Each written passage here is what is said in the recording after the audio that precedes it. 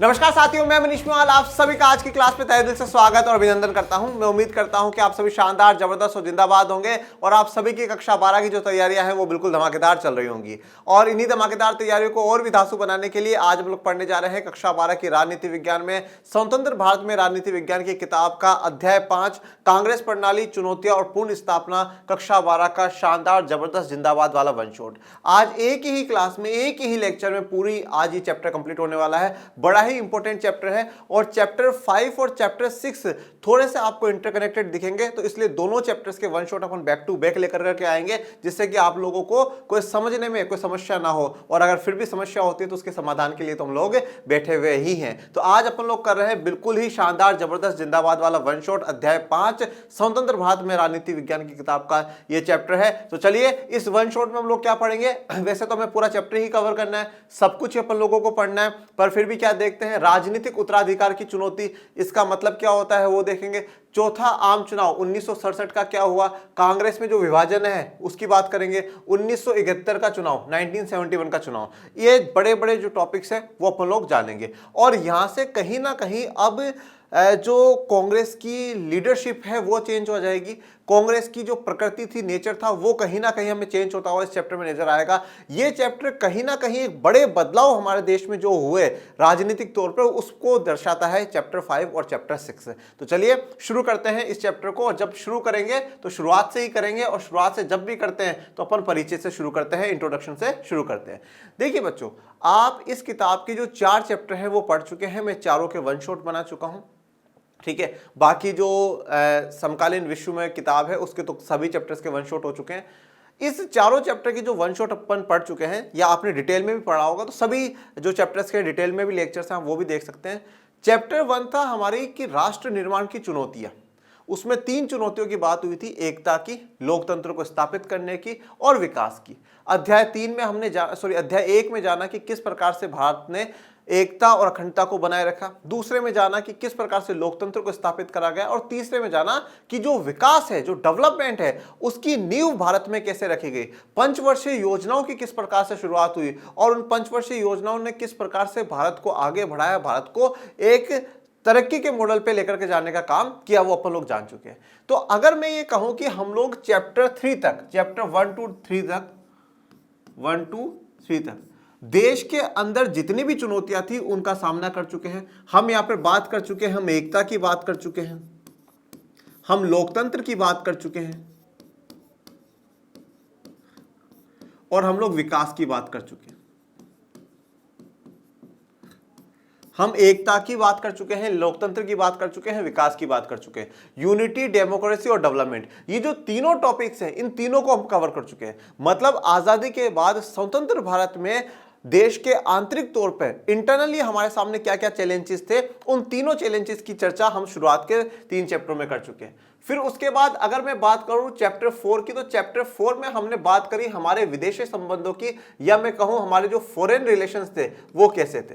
क्योंकि हम सभी इस बात से बड़े अच्छे से परिचित है कि एक देश की जो पॉलिसी होती है उस पर देश की आंतरिक स्थितियां और बाहरी देशों के साथ संबंध दोनों ही इफेक्ट डालते हैं। जैसे एक परिवार जब भी कहीं पर मकान लेता है, या एक परिवार की तरक्की का अगर उदाहरण दूं, तो उस परिवार के घर का माहौल भी अच्छा होना चाहिए और आस पड़ोस का माहौल भी अच्छा होना चाहिए। ठीक है, तो यहाँ पे फॉरेन रिलेशंस पे हमने फोकस करा। हमने देखा कि किस प्रकार से एफ्रो एशियन एकता पर जोर दिया गया था, देखा गया गुटनिरपेक्षता की नीति को किस प्रकार से मजबूत करा गया, देखा गया था कि किस प्रकार से शीत युद्ध के दौर में दोनों महाशक्तियों को ठेंगा दिखा करके, दोनों महाशक्तियों से दूर होकर करके एक नया रास्ता भारत सरकार ने अपनाया था।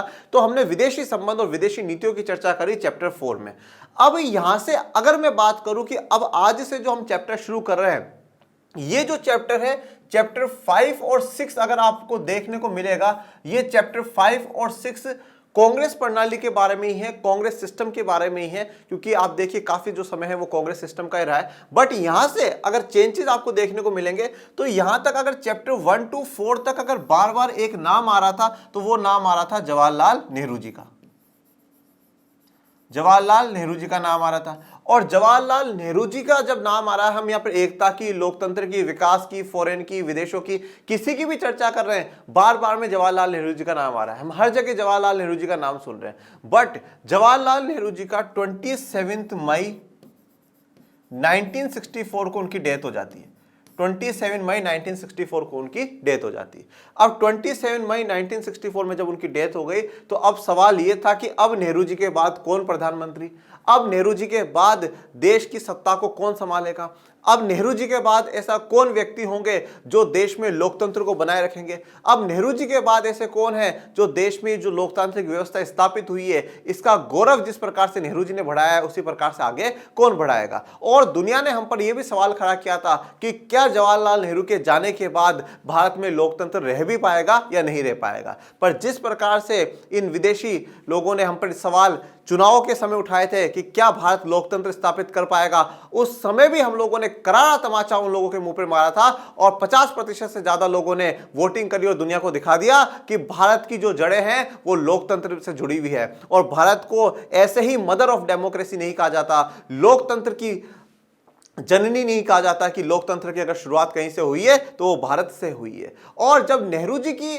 डेथ होती है और जब विदेशी मीडिया ये कहती है कि साहब अब तो भारत में लोकतंत्र रह ही नहीं सकता, तो फिर से वापस से ये दुनिया को दिखाया गया कि साहब देखिए भारत में लोकतंत्र के गुण है, भारत के बच्चे बच्चे में, हर नस नस में क्या है, हमारे लोकतंत्र की भावना बह रही है, लोकतंत्र सदैव ही जीवित रहेगा, लोकतंत्र सदैव रहेगा। तो 27 मई 1964 को जवाहरलाल नेहरू जी की डेथ हो गई।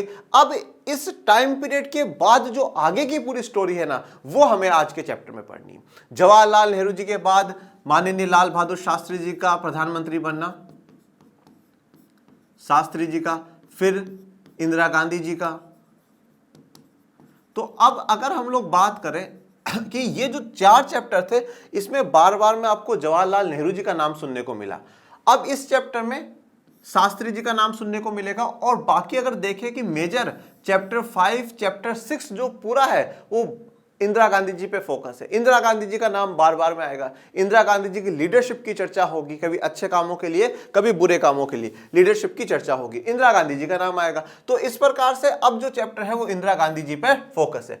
फिर उसके बाद जब हम लोग चैप्टर 7 की तरफ बढ़ेंगे, हम चैप्टर 8 की तरफ बढ़ेंगे। चैप्टर 7 की बात करूं, क्षेत्रीय आकांक्षाएं हम लोग पढ़ेंगे, और चैप्टर 8 जो 1990 के बाद का दौर है उसकी चर्चा करेंगे। वो जब करेंगे तब अपन देखेंगे, परंतु अब हमारा जो मेन फोकस है वो यहाँ पे चैप्टर 5 जो आज हम कर रहे हैं, और उसमें जो मेन फोकस है वो ये है कि अब इंदिरा गांधी जी के बारे में हमें जानना है। सबसे बड़ा सवाल ये था कि नेहरू जी के जाने के बाद किस प्रकार से देश में लोकतंत्र कायम रहेगा, किस प्रकार से देश में आगे की गतिविधियां होगी। तो आइए जानते हैं कि किस प्रकार से आगे का काम हुआ है।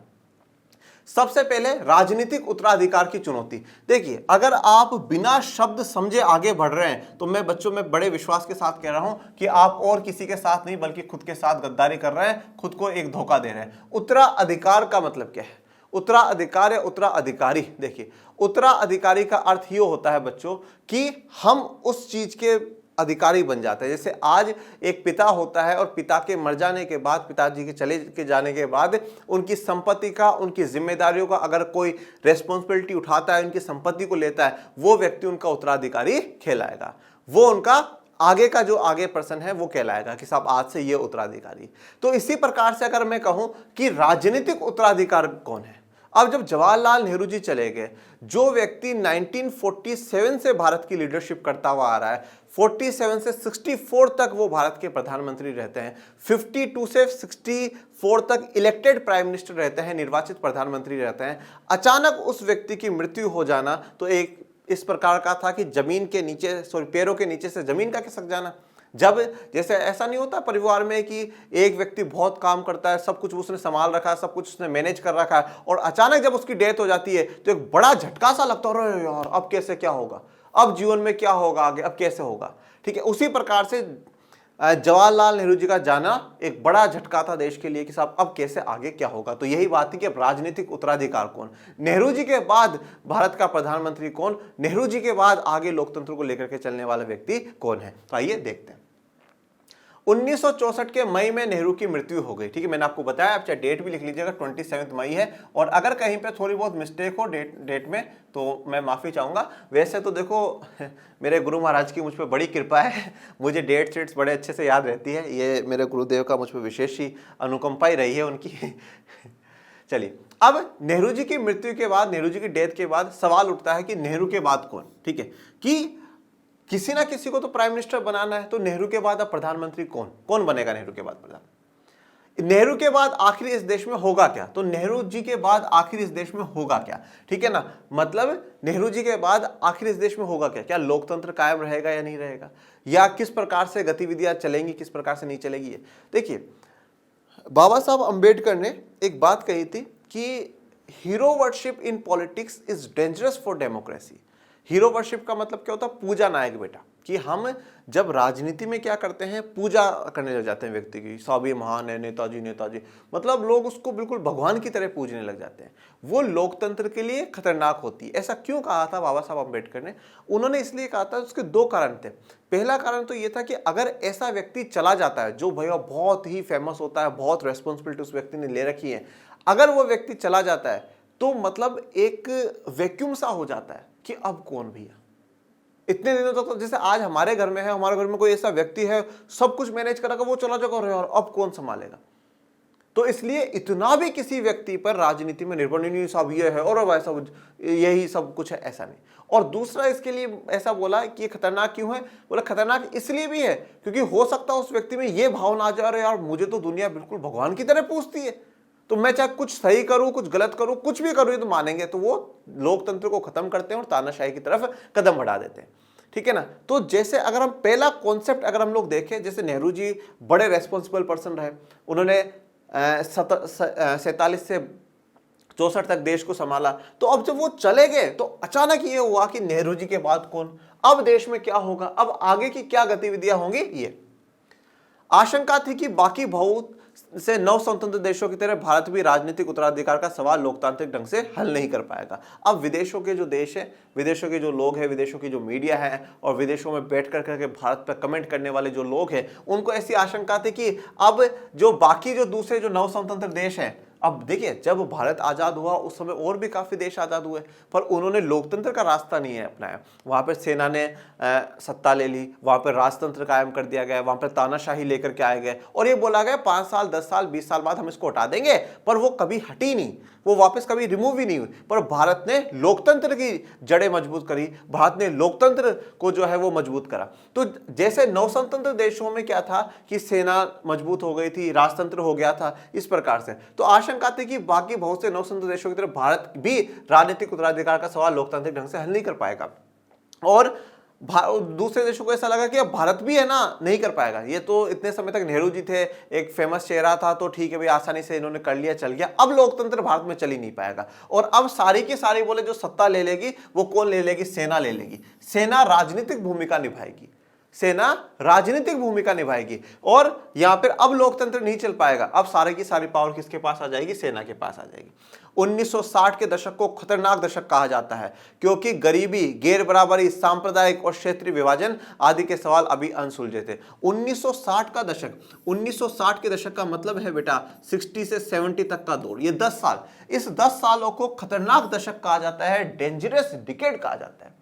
ये खतरनाक 10 साल कहे जाते हैं। क्यों खतरनाक 10 साल कहे गए? तो मेरी बात सुनो बच्चों, 1962 में चाइना के साथ लड़ाई,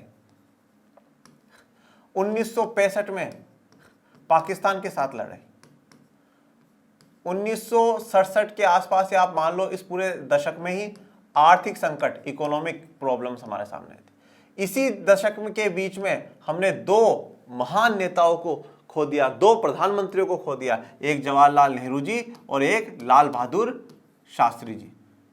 तो ये बताइए कितना खतरनाक डिकेड, कितना खतरनाक दशक ये रहा है। राजनीतिक उठापटक हुई है, राजनीतिक बड़े बड़े बदलाव हम लोगों को देखने को मिले, तो ये बड़ा खतरनाक दशक था। ये तो थे ही, उसके अलावा देखिए गरीबी की समस्या से भारत जूझ रहा है, गैर बराबरी, जातीय आधार पर गैर बराबरी, आर्थिक आधार पर गैर बराबरी, ठीक है, सांप्रदायिक समस्याएं जो थी, क्षेत्रीय आधार पर जो विभाजन है, इन समस्याएं तो अभी सुलझी ही नहीं थी।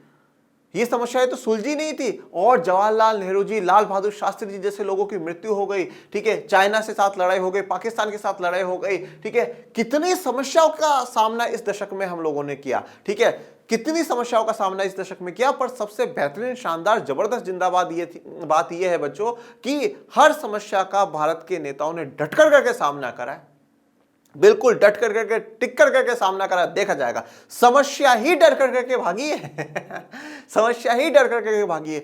और जवाहरलाल नेहरू जी से लेकर के आज तक के माननीय प्रधानमंत्री श्री मोदी जी तक सबका एक प्रयास ये रहता है कि लोकतंत्र कायम रहना चाहिए। और मुझे फिर वो बात याद आती है माननीय अटल बिहारी वाजपेयी जी की, जो कहते थे कि सरकारें आएंगी जाएंगी, पार्टियां बनेंगी बिगड़ेंगी, पर देश में लोकतंत्र कायम रहना चाहिए। और आज तक पूरी दुनिया को हमने ये मिसाल दी कि साहब लोकतंत्र हो तो भारत जैसा हो। और भारत दुनिया का सबसे बड़ा लोकतंत्र तो है ही, पर भारत दुनिया का सबसे बेहतरीन लोकतांत्रिक देश भी है, और यह बात हमें गर्व से कहनी चाहिए। ओके, तो 1960 का दशक बड़ा खतरनाक दशक था, पर इस खतरनाक दशक को बिल्कुल डट करके हमारे नेताओं ने सामना करा और इन सारी समस्याओं का खत्म किया। नेहरू के बाद शास्त्री जी, ठीक है। अब जब जवाहरलाल नेहरू जी की डेथ हो गई 1964 में, अब देखिए आप एक चीज को समझिए कि चुनाव कब हुए हमारे पहले जो चुनाव हुए बच्चों वो हुए 1952 में, 1952 में हुए। उसके बाद दूसरे चुनाव हुए 1957 में, उसके बाद हुए 1962 में, 1962 में। अब अगले जो चुनाव होने चाहिए थे वो होने चाहिए थे 1967 में, ठीक है। 1967 में चुनाव होने, पर अब भी 2 साल बाद, मतलब 1964 में ही जवाहरलाल नेहरू जी की डेथ हो गई और चुनाव होंगे 67 में। मतलब 3 साल तक तो कोई ना कोई व्यक्ति को प्रधानमंत्री बनाना है। प्रधानमंत्री बनता कैसे वो भी मैं थोड़ा सा आपको बता देता हूं। जैसे आज के मौजूदा दौर में मैं आपको बताता हूं, जैसे लोकसभा में टोटल 545 सीटें हैं, ठीक है। 545 में से 2 हटा दीजिए, 2 एंग्लो इंडियन की है, 543 है, ठीक है। तो 543 जगह हमने देश को 543 भागों में बांट रखा है, और वहां से हर जगह से एक एक व्यक्ति चुन करके आता है। हर जगह बीजेपी भी अपना कैंडिडेट उतारती है, कांग्रेस भी उतारती है, और ऐसे सब उतारती है अलग अलग पार्टी। अब उसी समय जैसे मान लेते उस समय 545 तो नहीं थी, कम थी उस समय, ठीक है। 490 के अराउंड शायद इतनी सीटें थी उस समय। तो 490 में से उस समय मेजोरिटी कांग्रेस को मिली हुई है, ठीक है। 50% से ज्यादा जो लोग हैं वो कांग्रेस के हैं वहां पे, ठीक है। अब जब कांग्रेस के 50% से ज्यादा लोग हैं, मतलब एक जो जगह है जहां से नेहरू जी चुनाव लड़के आए थे, उस जगह पे क्या करा दिया जाएगा, वापस चुनाव करा दिया जाएगा। और बाकी जो अभी कांग्रेस के जितने भी लोग लोकसभा में बैठे हैं वो सारे मिलकर के तय कर लेंगे कि साहब इनमें सब एक किसी को प्रधानमंत्री बना दीजिए। तो उसी सभी लोगों में एक व्यक्ति थे लाल बहादुर शास्त्री जी। सभी लोगों ने, कांग्रेस के सभी उन सांसदों ने बोला कि साहब शास्त्री जी को बना दीजिए। शास्त्री जी जाने जाते थे अपनी सादगी के लिए। इतने बड़े पद पर होने के बाद भी व्यक्ति बिल्कुल जमीन से जुड़ा हुआ था। अगर आपको जीवन में ये सच में सीखना है कि भैया कितने बड़े पद पे पहुंच कर करके हम कितना छोटे बन सकते हैं, वो आप शास्त्री जी से सीखिए। सच में बहुत गजब का स्ट्रगल इनका रहा है, और देश के बड़े बड़े पदों पर ये रहे, देश के प्रधानमंत्री ये बने, पर ऐसे इस बात का कभी गलत मिसयूज नहीं उठाया प्रधानमंत्री पद का। कभी ऐसे यहाँ की नहीं ये सेवाएं मिल रही तो मैं लूंगा, नहीं साहब, बिल्कुल अपनी सादगी के साथ, बिल्कुल भोला वाला जीवन, बिल्कुल सादगी। इतने बड़े पद पे होते हुए भी बिल्कुल जमीन पर रहने वाले व्यक्ति जो है वो शास्त्री जी। और जमीन पर बैठ करके भी शिक्षा ग्रहण करना है तो फिर आप डॉक्टर अंबेडकर से सीखिए। उन्होंने कितना संघर्ष, कितना स्ट्रगल किया शिक्षा के लिए, वो आप सभी अच्छे से परिचित हैं। तो हमारे देश ने बड़े बड़े महापुरुषों को जन्म दिया है ना। तो भैया फिर शास्त्री जी का नाम आया, सबके चेहरे खिलखिला आ गए, हाँ हाँ भैया शास्त्री जी को बना दो, डन डन डन डन। कोई विरोध नहीं, किसी ने नहीं बोला नहीं नहीं शास्त्री जी क्यों, मैं क्यों नहीं, वो क्यों नहीं, नहीं हाँ भैया शास्त्री जी को बना। तो अब 1964 में जो प्रधानमंत्री बने हमारे, वो कौन बने, माननीय लाल बहादुर शास्त्री जी। नेहरू की मृत्यु के बाद कांग्रेस पार्टी के अध्यक्ष के कामराज ने अपनी पार्टी के नेता और सांसदों से सलाह मशविरा किया। उन्होंने पाया कि सभी लाल बहादुर शास्त्री जी के पक्ष में। तो उस समय कांग्रेस पार्टी के अध्यक्ष कौन है, के कामराज। कांग्रेस पार्टी के अध्यक्ष कौन है, के कामराज है। तो के कामराज जी ने मीटिंग बुलाई कांग्रेस के सभी सांसदों की, ठीक है, सभी बड़े बड़े नेताओं की, और बुलाया, बोला भैया अब नेहरू जी तो नहीं है, अब बताओ अगला प्रधानमंत्री कौन। तो सबने बोला कि हाँ भैया लाल बहादुर शास्त्री जी को बना दो। सभी के सभी शास्त्री जी के पक्ष में थे, शास्त्री जी उत्तर प्रदेश के थे, नेहरू के मंत्रिमंडल में कई सालों तक मंत्री रहे। तो शास्त्री जी उत्तर प्रदेश के थे, मंत्रिमंडल में, नेहरू जी के मंत्रिमंडल में कई सालों तक रहे। एक बार रेलवे में जब दुर्घटना हो गई तो इन्होंने बाकायदा इस्तीफा दे दिया कि साहब अगर मेरे मंत्रालय में रहते हुए अगर दुर्घटनाएं हो रही तो फिर मेरा रहना उचित नहीं है। मतलब आप पहले के जो हमारे लीडर्स हैं ना, उनमें ये देखो कि उनमें मतलब पद की लालसा नहीं है, पद की लालसा नहीं है। जैसे डॉक्टर अंबेडकर है तो डॉक्टर अंबेडकर ने भी छोड़ दिया मिनिस्टर का पद, नहीं मैं नहीं, मुझे मिनिस्टर का पद नहीं चाहिए। श्यामा प्रसाद मुखर्जी ने छोड़ दिया, लाल बहादुर शास्त्री जी ने छोड़ दिया। ऐसे ही फिर पहले एक शायद जॉन मथाई करके थे, मुझे एग्जैक्टली याद नहीं है कि वो कौन से मिनिस्टर थे, उन्होंने छोड़ दिया था, ठीक है ना। और इसी प्रकार से अगर आप देखें जवाहरलाल नेहरू जी के समय जब चाइना से लड़ाई हुई तो वीके मेनन जो शायद डिफेंस मिनिस्टर थे उन्होंने छोड़ दिया था। तो छोड़ दिया पद, कोई बात नहीं, पद छोड़ दिया, पद की नहीं, देश के लिए सदैव समर्पित रहे हैं, ठीक है। तो मंत्रिमंडल में रहे कई सालों तक, इस पद पर वे बड़े कम दिनों तक रहे। ये भारत का एक बड़ा दुर्भाग्य रहा कि लाल बहादुर शास्त्री जी बड़े कम समय तक प्रधानमंत्री के पद पर रहे। 1964 में बने थे और 1966 10-11 जनवरी 1966 को उनकी डेथ हो जाती है, ठीक है। अब आप सोचिए मई जून में प्रधानमंत्री बन रहे, जून 1964 से लेकर के जनवरी 1966 तक, मतलब पूरे 2 साल तक भी प्रधानमंत्री नहीं रहे लाल बहादुर शास्त्री जी, ठीक है ना। इस छोटी अवधि में देश ने 2 बड़ी चुनौतियों का सामना करा, मतलब 1.5 साल के अंदर अंदर भी 2 बड़ी चुनौतियों का सामना लाल बहादुर शास्त्री जी ने किया, देश ने किया। क्या थी वो 2 समस्याएं? एक था आर्थिक कठिनाइयां, आर्थिक कठिनाई। अब आप देखिए 1964 से 66 का जो दौर है ना, आर्थिक कठिनाइयों का अर्थ क्या है बेटा? पहली बात तो यहाँ पर क्या है कि अगर आप खाद्यान्न की बात करें, हमारे पास खाद्य संकट हो चुका था, खाने पीने के लिए हमारे पास कमी थी, फूड की स्केर्सिटी थी, ठीक है। इसके अलावा गरीबी है, इसके अलावा भूखमरी जैसी है, आप देखिए सूखा है, ऐसी स्थितियां में देखने को मिल रही, आर्थिक कठिनाइयां हैं। और इसी के बाद जब हम देखेंगे कि हरित क्रांति भी आती है, ओके, और 1965 में पाकिस्तान का युद्ध, ठीक है। तो मतलब इस टाइम पीरियड में 2 बड़ी समस्याओं का सामना देश को करना पड़ा, आर्थिक कठिनाइयां और पाकिस्तानी युद्ध। देखिए हम कहते हैं चुनौतियां, ठीक है ना, कहीं पर भी आप ये मत देखिए कि समस्याओं का लिखा हुआ, चुनौतियां लिखा हुआ। अब आप बोलोगे सर समस्या में और चुनौती में क्या डिफरेंस है? देखो डिफरेंस अगर देखना चाहे तो कहीं पे भी देख सकते हैं। चुनौती का अर्थ क्या होता है कि ऐसी समस्या जिन्हें हम ओवरकम कर सकते हैं, और हमने करा है, मतलब हमने उन पर जीत हासिल कर ली, वो चुनौती। तो यहां पर आर्थिक कठिनाइयों के ऊपर भी जीत हासिल करी, पाकिस्तान से युद्ध हुआ, पाकिस्तान को धूल चटाई और हमने जो भारत का तिरंगा है उसको लहराया। तो ये जो 2 बड़ी चुनौतियां थी इस छोटे से काल में, छोटे से टाइम पीरियड में, शास्त्री जी के सामने 2 बड़ी चुनौतियां थी, आर्थिक कठिनाइयां और पाकिस्तान युद्ध। साथ ही मानसून की असफलता से देश में सूखे की स्थिति थी, तो ये आर्थिक कठिनाइयों में आ जाएगा। खाद्यान्न का गंभीर संकट आन पड़ा था, तो खाद्यान्न पे जो खाने पीने का हमारे पास सामान है उस पर बड़ा संकट आन पड़ा था। फूड स्केर्सिटी हो गई थी, मतलब खाने पीने की हमारे पास इतनी सप्लाई नहीं थी। देखिए जब हम कहते हैं कि किसी भी चीज की कमी होना या स्केर्सिटी होना, आप कैसे कहोगे कि उस चीज की कमी है? तो उसके लिए हम अर्थशास्त्र पे थोड़ा सा ध्यान डालते हैं। Demand is more than supply.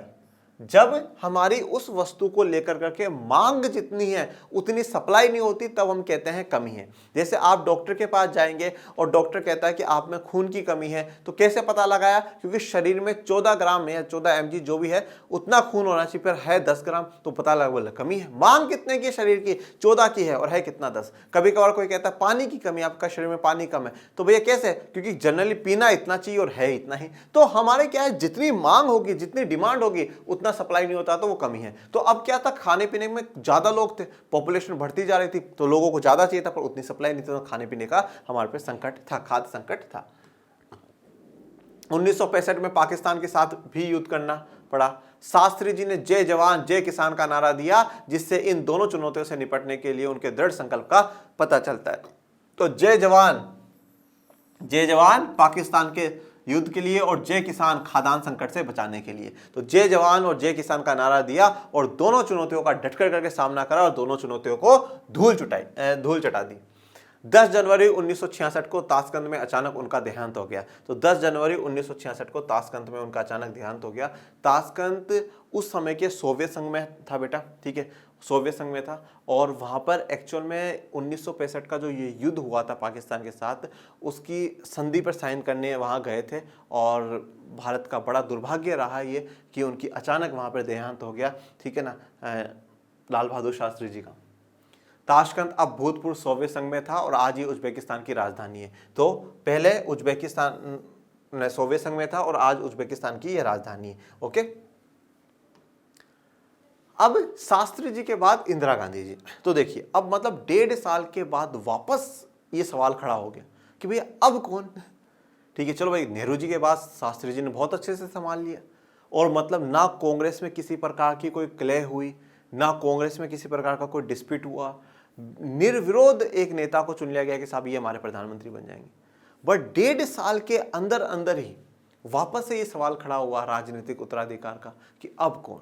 तो अब इस बार शास्त्री जी के बाद जब प्रधानमंत्री बनाने की बात आई तो देखिए अभी भी शास्त्री जी की जो डेथ हुई है वो जनवरी 1966 में हुई है और जनरली जो इलेक्शंस हो रहे हैं वो फरवरी में चल रहे हैं। तो फरवरी 1967 मतलब लगभग अभी 1 साल का टाइम पीरियड था, 1 साल का टाइम पीरियड था।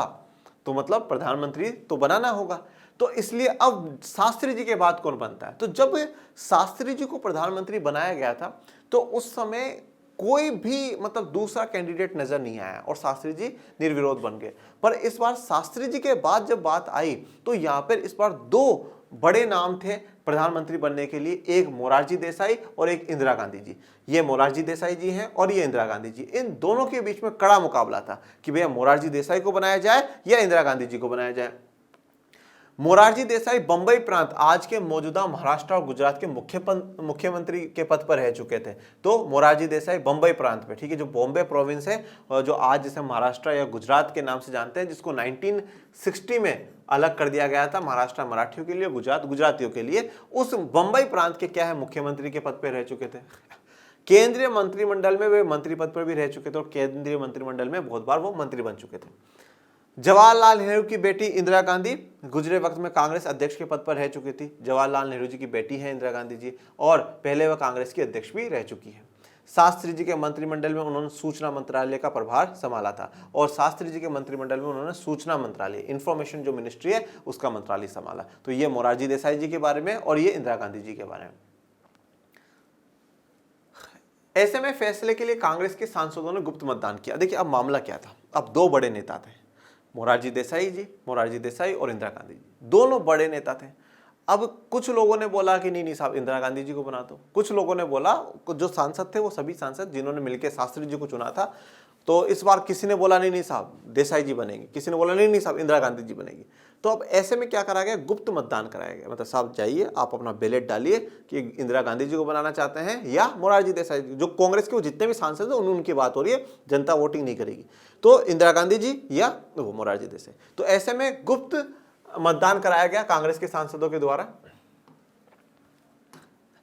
इंदिरा गांधी जी ने मोरारजी देसाई जी को हरा दिया। उन्हें कांग्रेस पार्टी के 2/3 से अधिक सांसदों ने अपना मत दिया। तो यहां पर कौन जीत गया, इंदिरा गांधी जी जीत गए। 2/3 से अधिक मतलब जितने भी सांसद थे कांग्रेस के उनमें से 2/3 ने किसको वोट कराया, इंदिरा गांधी जी को वोट कराया कि भाई अब अगली प्रधानमंत्री कौन होनी चाहिए, इंदिरा गांधी जी होनी चाहिए।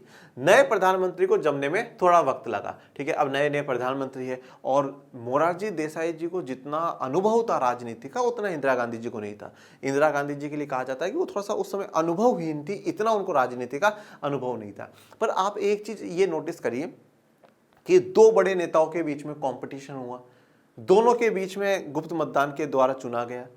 मतलब आप सोचिए राजनीति में इतना बड़ा जो है डिसीजन ले लिया गया और शांतिपूर्ण तरीके से मोरारजी देसाई ने स्वीकार कर लिया, ठीक है भाई सांसद इंदिरा गांधी जी को चाहते हैं तो इंदिरा गांधी जी बन जाएगी।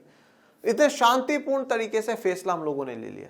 ये भारत के लोकतंत्र की मैच्योरिटी को दर्शाता है, ये भारत की लोकतंत्र की परिपक्वता को दर्शाता है कि साहब देखिए हम तो चाहे कैसी भी स्थिति हो हमारे अंदर तो गुण है लोकतंत्र वाले। मतलब देखिए कितनी डिफिकल्ट कंडीशन में भी आसानी से हम लोगों ने रास्ता निकाल और आसानी से हमने हमारा प्रधानमंत्री चुन लिया, ठीक है। तो अब यहाँ पे 1966 से जो प्रधानमंत्री है वो इंदिरा गांधी जी है। इंदिरा गांधी यूं तो बड़े लंबे समय तक राजनीति में सक्रिय थी, लेकिन लाल बहादुर शास्त्री के मंत्रिमंडल में बड़े कम दिनों से मंत्री पद पर थी। तो वैसे तो वो राजनीति में थे बट मंत्रिमंडल में वो कम समय तक रहे। कांग्रेस के वरिष्ठ नेताओं ने संभवतः यह सोचकर उनका समर्थन किया होगा कि प्रशासनिक और राजनीतिक मामलों में खास अनुभव न होने के कारण समर्थन और दिशा निर्देशन के लिए इंदिरा गांधी उन पर निर्भर रहेगी। देखिए अब यहाँ पर अब आप ये सोच रहे होंगे कि कांग्रेस के जो सांसद हैं उनमें 2/3 लोगों ने मोरारजी देसाई जी को ना देकर करके इंदिरा गांधी जी को वोट क्यों दिया? बल्कि मोरारजी देसाई तो बड़े पुराने नेता थे, बंबई जैसे प्रांत के मुख्यमंत्री रह चुके हैं, जानी मानी हस्ती है, और जितने वहाँ सांसद बैठे हैं उनमें से काफ़ी लोग अच्छे से मोरारजी देसाई से परिचित भी होंगे, पुराने हैं तो अच्छे से जानते भी होंगे। मोरारजी को वोट ना मिलकर के इंदिरा जी को वोट मिलना, ऐसा क्यों?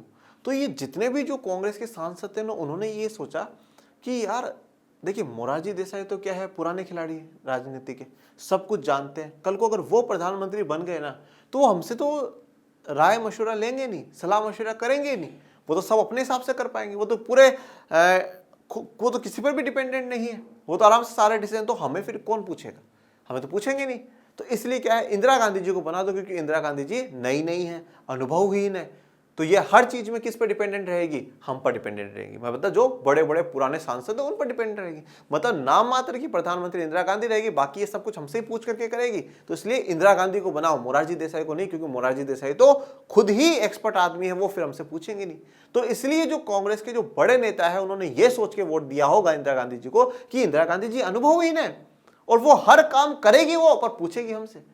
मतलब कुछ भी हो रहा है वो हमारे अनुसार ही हो रहा है। तो मतलब कहीं ना कहीं इसलिए उन्होंने मोरारजी देसाई को वोट नहीं दिया कि वो एक एक्सपर्ट व्यक्ति है और वो राजनीति को अच्छे से समझते हैं और वो हमसे नहीं पूछताछ करेंगे। प्रधानमंत्री बनने के 1 साल के अंदर इंदिरा गांधी को लोकसभा के चुनाव में पार्टी की अगुवाई करनी पड़ी। अब देखिए, अब 1966 में इंदिरा गांधी जी प्रधानमंत्री बनी, 1967 के जनवरी फरवरी में इलेक्शंस थे, तो अब यहाँ पर पार्टी की अगुवाई करना, पार्टी की लीडरशिप करना, ठीक है, क्योंकि पार्टी जो चुनाव लड़ती है वो मुख्यतः प्रधानमंत्री के नाम पे लड़ती है। तो अभी तक के जो भी चुनाव हुए, 52 के, 57 के, 62 के, ये तीनों चुनाव में एक बड़ा चेहरा नेहरू जी थे। नेहरू जी ने सब कुछ अच्छे से संभाल रखा था, सारी व्यवस्थाएं बिल्कुल हैंडल कर रखी थी। पर अब नेहरू जी भी चले गए, लाल बहादुर शास्त्री जी भी चले गए, तो अब कांग्रेस में एक नए चेहरे जो इंदिरा गांधी जी हैं, वो किस प्रकार से कांग्रेस पार्टी को संभालती है और किस प्रकार से कांग्रेस पार्टी का प्रचार प्रसार करती है, जिससे कि वो वापस से 1967 के चुनाव जीते। इस वक्त तक देश की आर्थिक स्थिति और भी खराब हो गई थी, इससे इंदिरा की कठिनाइयां ज्यादा बढ़ गई। तो अब क्या है, आर्थिक स्थिति और भी खराब हो चुकी थी, ठीक है, 1964 से 66 के दौर में तो थी, और भी उससे भी ज्यादा स्थिति खराब हो चुकी थी। इसलिए अब इंदिरा जी के लिए थोड़ा सा टाइम और भी ज्यादा कठिनाइयों भरा था। इन कठिनाइयों के मद्देनजर उन्होंने पार्टी पर अपना नियंत्रण बढ़ाने और अपने नेतृत्व को कौशल को दिखाने की कोशिश करी। अब उन्होंने क्या है, ये जो कठिनाइयां हैं, इन कठिनाइयों के मद्देनजर पार्टी पर अपना नियंत्रण, देखो, जहां पर पहले वो बड़े नेता ये सोच रहे हैं कि इंदिरा जी सब कुछ हमसे पूछ करके करेगी, पर इंदिरा जी की कोशिश ये कि भाई अपन को किसी से पूछ के नहीं करना, अपन को तो पार्टी पर अपना कंट्रोल होना चाहिए, पार्टी अपने हिसाब से चलनी चाहिए कि भाई मैं नहीं बोल दिया बोला हाँ डन यही होगा। तो पार्टी पर नियंत्रण बढ़ाने और अपना कौशल, मतलब अपना टैलेंट दिखाने के लिए कि देखो साहब, मेरे लीडरशिप में भी क्या है, कांग्रेस जीत सकती है। तो ये एक उनके पास अच्छा टाइम था जब वो 1967 के इलेक्शंस में अपना दिखा सके कि साहब मेरे लीडरशिप में भी कांग्रेस जीत सकती है। चौथा, आम चुनाव 1967। देखिए, भारत के राजनीतिक और चुनावी इतिहास में 1967 के साल को अत्यंत महत्वपूर्ण पड़ाव माना जाता है। 1967 का साल राजनीतिक तौर पर किस प्रकार से इंपॉर्टेंट है, मेरी बात सुनिएगा, बड़े ध्यान से सुनिएगा बच्चों। पहली बात तो यह कि Congress first time without Nehru है, पहली बात, ठीक है, कांग्रेस बिना नेहरू जी के चुनाव लड़ी है, ये पहली बात। दूसरी बात यहां पर यह है कि एक इनएक्सपीरियंस जो है लीडर है, अनुभवहीन लीडर है। इंदिरा गांधी जी इतनी अभी अनुभव वाली नेता नहीं है जितने कि जवाहरलाल नेहरू जी हैं, लाल बहादुर शास्त्री जी थे, मोरारजी देसाई थे। ये जितने अनुभव नेता है उतनी इंदिरा गांधी जी नहीं थी, अनुभवहीन है। तीसरी बात, बड़ी आर्थिक समस्या जो है वो ज्यादा थी, इकोनॉमिक जो प्रॉब्लम्स है वो ज्यादा थी। इन सभी चीजों के कारण कहीं ना कहीं ये चुनाव बड़े इंपॉर्टेंट, बड़े क्रुशियल होने वाले थे।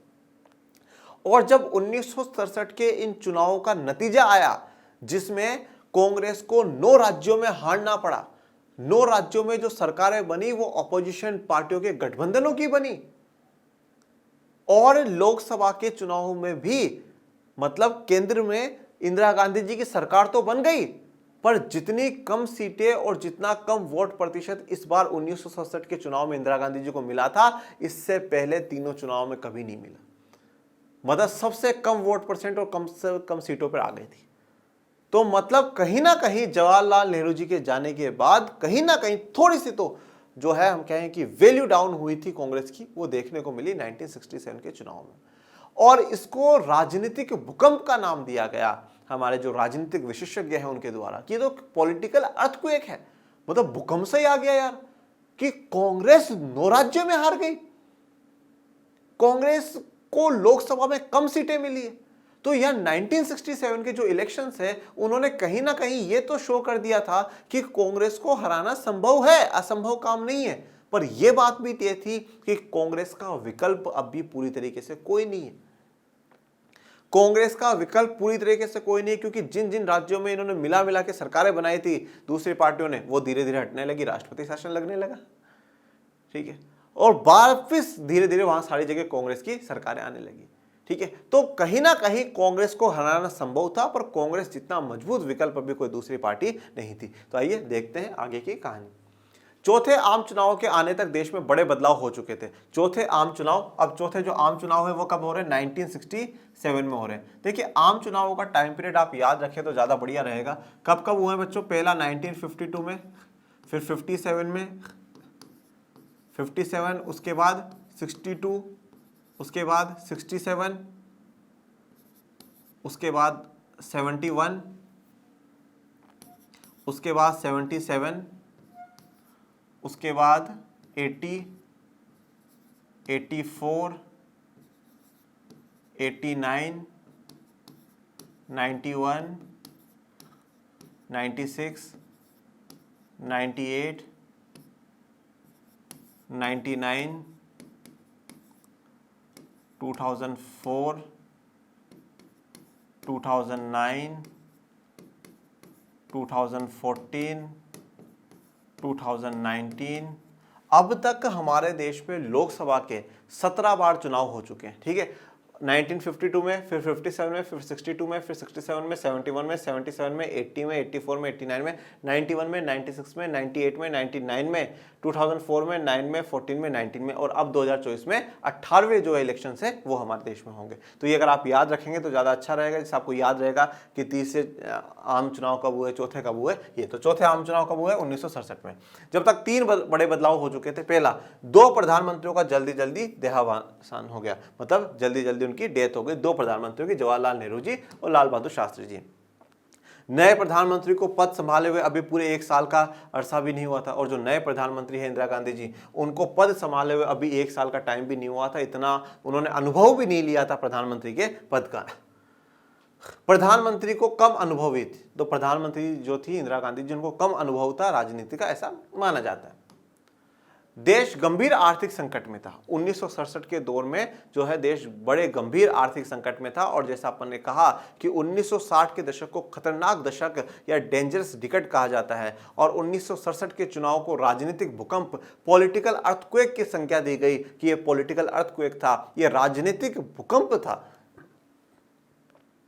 अब आर्थिक संकटों में देखिए क्या था? मानसून की असफलता। मानसून की असफलता का मतलब क्या है? बारिश नहीं आई, और हमारी जो कृषि है, हमारा जो एग्रीकल्चर है, वो अधिकतम जो डिपेंडेंट था वो किस पर था? बारिश पर डिपेंडेंट था। जब बारिश नहीं आई मतलब फसलें खराब हो गई, फसलें नहीं उगी, सब कुछ, हमारे खाद्यान्न की कमी हो गई, मतलब आगे तक का जो पूरा है प्रोसीजर सारा ही बिगड़ गया। तो मानसून की असफलता। व्यापक सूखा हो गया, खेती की पैदावार में गिरावट। देखिए अब तीनों चारों एक साथ रिलेटेड है। गंभीर खाद्य संकट, मानसून असफल हुआ तो सूखा हो गया, ठीक है, सूखा हुआ तो खेती की पैदावार में उतना पैदावार नहीं हो रही जितनी पहले हो रही थी, तो मतलब सप्लाई कम हो गई, तो ऑटोमेटिकली खाद्य संकट होना ही था। खाने पीने का सामान अब कम पड़ने लगा। विदेशी मुद्रा भंडार में कमी। हमारे पास विदेशी मुद्रा भंडार नहीं था, जिससे कि हम इतना नहीं था जिससे कि हम लोग ज्यादा बाहर पेमेंट विदेशी मुद्रा में कर सके और अपनी चीजें खरीद सके। विदेशी मुद्रा भंडार की कमी थी। औद्योगिक उत्पादन और निर्यात में गिरावट के साथ साथ ही सैन्य खर्च में भी भारी बढ़ोतरी हुई। औद्योगिक उत्पादन में गिरावट हुआ, इंडस्ट्रियल जो डेवलपमेंट है वो गिरा, निर्यात में भी हमारे गिरावट हुई, हम बाहर कुछ एक्सपोर्ट नहीं कर पा रहे थे, और सैन्य खर्चे में भी भारी बढ़ोतरी हुई, क्योंकि 62 का युद्ध हुआ और फिर 65 का युद्ध हुआ। इन 2 युद्धों में हमने बहुत पैसा सैन्य में खर्चों पे खर्च करा है। नियोजन और आर्थिक विकास के संसाधनों को सैन्य मद में लगाना पड़ा। नियोजन जो प्लानिंग से जो चल रहे थे, पंचवर्षीय योजनाएं जो चल रही थी वो, और आर्थिक विकास के जो संसाधन थे, मतलब वो रिसोर्सेज, वो पैसा, वो धन, वो सब कुछ जो हमने प्लानिंग के लिए रख रखा था कि साहब इस प्रकार से ऐसा ऐसा काम यहाँ करेंगे, ये इकोनॉमिक डेवलपमेंट करेंगे, वो सारा का सारा कहाँ पे लगा? सेना में लगाया गया, क्योंकि हम 2 युद्धों से उस समय जूझ रहे थे, 1962 और 65। फिर देखिए, अब जब इंदिरा गांधी जी सत्ता में आती है तो उन्होंने कुछ डिसीजंस लिए, उसमें से एक था बेटा रुपए का अवमूल्यन करना। रुपए का अवमूल्यन, पहले के वक्त में 1 अमेरिकी डॉलर की कीमत 5 रुपए थी, जो अब बढ़कर 7 रुपए हो गई है। देखिए, अब ये इकोनॉमिक्स वाले जो बच्चे हैं जिनका इकोनॉमिक्स है वो तो अच्छे से समझ जाते हैं। अवमूल्यन का मतलब क्या है कि अपनी जो वैल्यू है, अपनी करेंसी की जो वैल्यू है उसको गिरा देना। देखिए, जैसे मैं आपको एक उदाहरण बताता हूँ। जैसे आज मान लीजिए कि हमारा 1 डॉलर जो है वो 50 रुपए का है, ठीक है, और फिर मैं कहूँ हमारा 1 डॉलर जो है वो 60 रुपए का हो गया। अब आप मुझे एक बात बताइए, जब 1 डॉलर 60 रुपए का हो गया है, मतलब मैं 1 डॉलर खरीद रहा हूं तो मुझे 60 रुपए देने पड़ रहे हैं, तो इससे हमारा जो देश का रुपया है वो मजबूत हुआ है या कमजोर हुआ है? जल्दी बताइए, सोचिए सोचिए सोचिए, कमजोर हुआ है या मजबूत हुआ है? अब अगर आप ये सोच रहे हैं कि मजबूत हुआ है सर, अब तो 60 रुपए, गलत बात। ये हमारा रुपया कमजोर हुआ है, हमारे रुपए की वैल्यू गिर गई, क्योंकि पहले जहां पर मुझे 1 डॉलर 50 रुपए में ही मिल जाता था, अब वो 1 डॉलर मुझे 60 रुपए में मिल रहा है, मतलब मुझे ज्यादा देना पड़ रहा है, मतलब हमारे जो उसकी है क्वालिटी थोड़ी सी कम हो गई, जिससे हमें ज्यादा पे करना पड़ा। और यहीं अगर ये 1 डॉलर 40 रुपए का हो जाता, मतलब हमारा रुपया और भी मजबूत हो गया, और भी मजबूत हो गया, मतलब 40 रुपए, हम 40 रुपए में अब 1 डॉलर खरीद सकते हैं। तो उस समय क्या था ना बेटा, 1 डॉलर 5 रुपए का था, मतलब अगर आपको 1 डॉलर खरीदना है तो 5 रुपए देने पड़ेंगे। मतलब ये ऐसा था, जैसे मान लीजिए आपको अमेरिका से सामान मंगवा रहे हैं और वो सामान 100 डॉलर का है, तो 100 डॉलर के सामान का मतलब है यहाँ के 500 रुपए, वहां के 100 डॉलर का मतलब है यहाँ के 500 रुपए हो गए। तो इंदिरा गांधी जी ने इसको क्या करा, 1 डॉलर को 7 रुपए कर दिया कि भैया अब आज से क्या है, 1 डॉलर की वैल्यू 7 रुपए। अब आप बोलोगे सर, खुद भारत सरकार ने भारत के रुपए की वैल्यू गिरा दी, ऐसा क्यों करा? क्यों करा ये? तो सुनो, पूरी कहानी सुनो। ऐसा क्यों? ये इसलिए करा गया कि जब 1 डॉलर का 7 रुपए है, तो जैसे अब मान लो मैं यही सामान खरीदता हूं तो 100 डॉलर का 700 रुपए का होगा। तो पहली बात तो मैं सामान नहीं खरीदूंगा अमेरिका से, मैं अमेरिका से सामान नहीं खरीदूंगा। क्यों नहीं खरीदूंगा? क्योंकि मुझे पता है यार, पहले तो 500 देने पड़ रहे थे, अब 700 देने पड़ रहे हैं। इसका मतलब क्या? अमेरिका से जो आयात है वो कम होगा, आयात कम होगा, इंपोर्ट कम हो जाएगा, क्योंकि अब हम लोगों ने सोच लिया यार अब तो महंगा हो गया, नहीं खरीदना। पर अब एक अमेरिका वाले की दृष्टि से देखो, आज जैसे मान लो मैं अमेरिका वाला हूं, अब अमेरिका वाला पहले सोचता था कि भैया 1 डॉलर बराबर मतलब 5 रुपए, मतलब ये ऐसा मान लो कि ये चीज 5 रुपए की है और ये जैसे ये चीजें 5 रुपए की, मतलब पहले 5 रुपए में ये 2 चीज आ रही है, मतलब मैं 1 डॉलर जब दे रहा हूं तो मेरे पास ये 2 सामान आ रहे हैं, पर अब 1 डॉलर देकर करके ही मेरे पास ये 3 सामान आ रहे हैं। इट मींस क्या हो गया है कि डॉलर क्या हो गया, मजबूत हो गया ना। पहले 1 डॉलर के बदले 5 रुपए ही मिल रहे थे मुझे, अब 1 डॉलर के बदले 7 रुपए मिल रहे हैं। जैसे मान लीजिए कोई फॉरेनर अमेरिकन यहाँ पर इंडिया घूमने आया, तो वो पैसे तो कन्वर्ट कराएगा, क्योंकि इंडिया में आप चाय की दुकान पे बैठोगे, कोई सामान खरीदोगे, वो डॉलर तो लेगा नहीं, वो तो रुपए लेगा। अब तो आप जाओगे बैंक के पास और बोलोगे सब चेंज कर दो, तो पहले अगर वो आता और वो 100 डॉलर देता तो उसको कितने मिलते? 500 रुपए मिलते। पर अब भी वो 100 डॉलर ही दे रहा है, पर अब उसको कितने मिल रहे हैं? 700 रुपए मिल रहे हैं। मतलब इंडिया के हिसाब से वो 200 रुपए एक्स्ट्रा खर्च कर सकता है यहाँ पर। इसका मतलब उनके लिए तो इंडिया की चीजें अब सस्ती हो गई। पहले 500 रुपए में वो मिलता था, अब वो 700 रुपए में वो सब कुछ मिल जाएगा। तो इसलिए क्या होगा, जो वहां के लोग हैं वो यहाँ आएंगे, यहाँ पे फैक्ट्री लगाएंगे, अपना बिजनेस सेट करेंगे और करेंगे, घूमने फिरने आएंगे, इन सब चीजों के कारण। ठीक है, तो यहाँ पर 5 रुपए से क्या कर दिया गया था? 7 रुपए कर दिया गया था। लोग आवश्यक वस्तुओं की कीमतों में वृद्धि, खाद्यान्न की कमी, बढ़ती हुई बेरोजगारी और देश की दयनीय आर्थिक स्थिति को लेकर विरोध पर उतर आए। देखिए, अब वो जो कंडीशंस थी वो उस समय थोड़ी ठीक नहीं थी, सूखा हो रहा था, मानसून असफल हो गया। अब जब ये कंडीशंस हुई तो मतलब डिमांड जो है ज़्यादा थी, सप्लाई जो थी कम थी, मतलब जितनी मांग थी उतना दे नहीं पा रहे थे। और जब भी ये कंडीशन होती है तो अर्थशास्त्र के बच्चे बड़े अच्छी तरीके से जानते हैं कि प्राइस बढ़ जाती है, और जब प्राइस बढ़ी, मूल्य बढ़ता है, तो हम उसको क्या कहते हैं? मुद्रास्फीति कहते हैं, और या आम भाषा में कहूँ तो महंगाई कहते हैं। तो इन सब चीज़ों से क्या हो, महंगाई बढ़ने लगी। अब जब महंगाई बढ़ने हो लगी तो लोग सड़कों पर उतर आए, विरोध करना शुरू करा सरकार का कि सरकार के स्थिति में सुधार नहीं हो रहा है, ये नहीं हो रहा है, वो नहीं हो रहा है। तो लोग विरोध प्रदर्शनों पर आए, बेरोजगारी की स्थिति हो गई, खाद्यान्न की कमी आ गई, आवश्यक वस्तुओं की कीमतों में वृद्धि हो गई। देश में अक्सर बंद और हड़ताल की स्थिति रहने लगी। सरकार ने इसे कानून और व्यवस्था की समस्या माना, न कि जनता की बदहाली की अभिव्यक्ति। देखिए, अब देश में अक्सर क्या हुआ, बंद होने लगा, हड़तालें रखने लगे कर्मचारी, और सरकार ने बोला कि ये तो क्या है, कानून और व्यवस्था की समस्या है, थोड़ा मैनेजमेंट सही से नहीं हो रहा, बाकी ये जनता बदहाल नहीं है, जनता दुखी नहीं है, और ये थोड़ा बहुत तो अपोजिशन वाले भड़का रहे हैं, बाकी जनता दुखी नहीं है, ऐसा सरकार ने माना। तो लोगों में और भी गुस्सा आ गया, अरे यार ये क्या बात हुई, मतलब हम कुछ कह रहे हैं, सरकार तो कह रही नहीं, जनता तो दुखी नहीं, कैसे दुखी नहीं, हम दुखी नहीं तो फिर कौन दुखी है, ऐसा। और उसी समय क्या हुआ, जो अपोजिशन पार्टी के, जैसे कम्युनिस्ट पार्टी के हो गए, जो वामपंथी दलों से जुड़े हुए, उन्होंने किसानों की स्थिति को देख करके आवाज उठाई, साहब किसानों के लिए सरकार कुछ भी नहीं कर रही है, किसान खिलाफ, किसानों के विरोधी है सरकार, ऐसा वैसा, ठीक है। सभी जो विपक्षी दल है वो एक हो रहे हैं कांग्रेस के खिलाफ चुनाव लड़ने के लिए, ये सब कुछ। तो ये 1967 का दौर है। अब बात करते हैं गैर कांग्रेसवाद की। कांग्रेसवाद का मतलब हो गया कांग्रेस की विचारधारा, कांग्रेस की जो विचारधारा है उसके हिसाब से चलना, वो कांग्रेसवाद है। गैर कांग्रेसवाद, नॉन कांग्रेसिज्म, मतलब कांग्रेस के खिलाफ, कांग्रेस की विचारधारा के खिलाफ। तो गैर कांग्रेसवाद की अब अपन लोग चर्चा कर रहे हैं। क्या है ये गैर कांग्रेसवाद, मेरी बात सुनिएगा। 1967 के जब इलेक्शंस होते हैं तो उस समय जितने बाकी जो अपोजिशन पार्टियां हैं, चाहे वो वामपंथी दलों जैसे कम्युनिस्ट पार्टी हो गई या बाकी और कोई इंदिरा गांधी जी के या कांग्रेस के खिलाफ रहे लोग हैं, वो सारे एक होने की बात करते हैं। तो एक बड़े ही समाजवादी नेता थे जिनका नाम था राम मनोहर लोहिया जी। राम मनोहर लोहिया जी ने कहा कि अगर हम लोग चुनाव हार रहे हैं ना, वो इस कारण से हार रहे हैं क्योंकि जो हमारे वोट होते हैं ना, वो बट जाते हैं।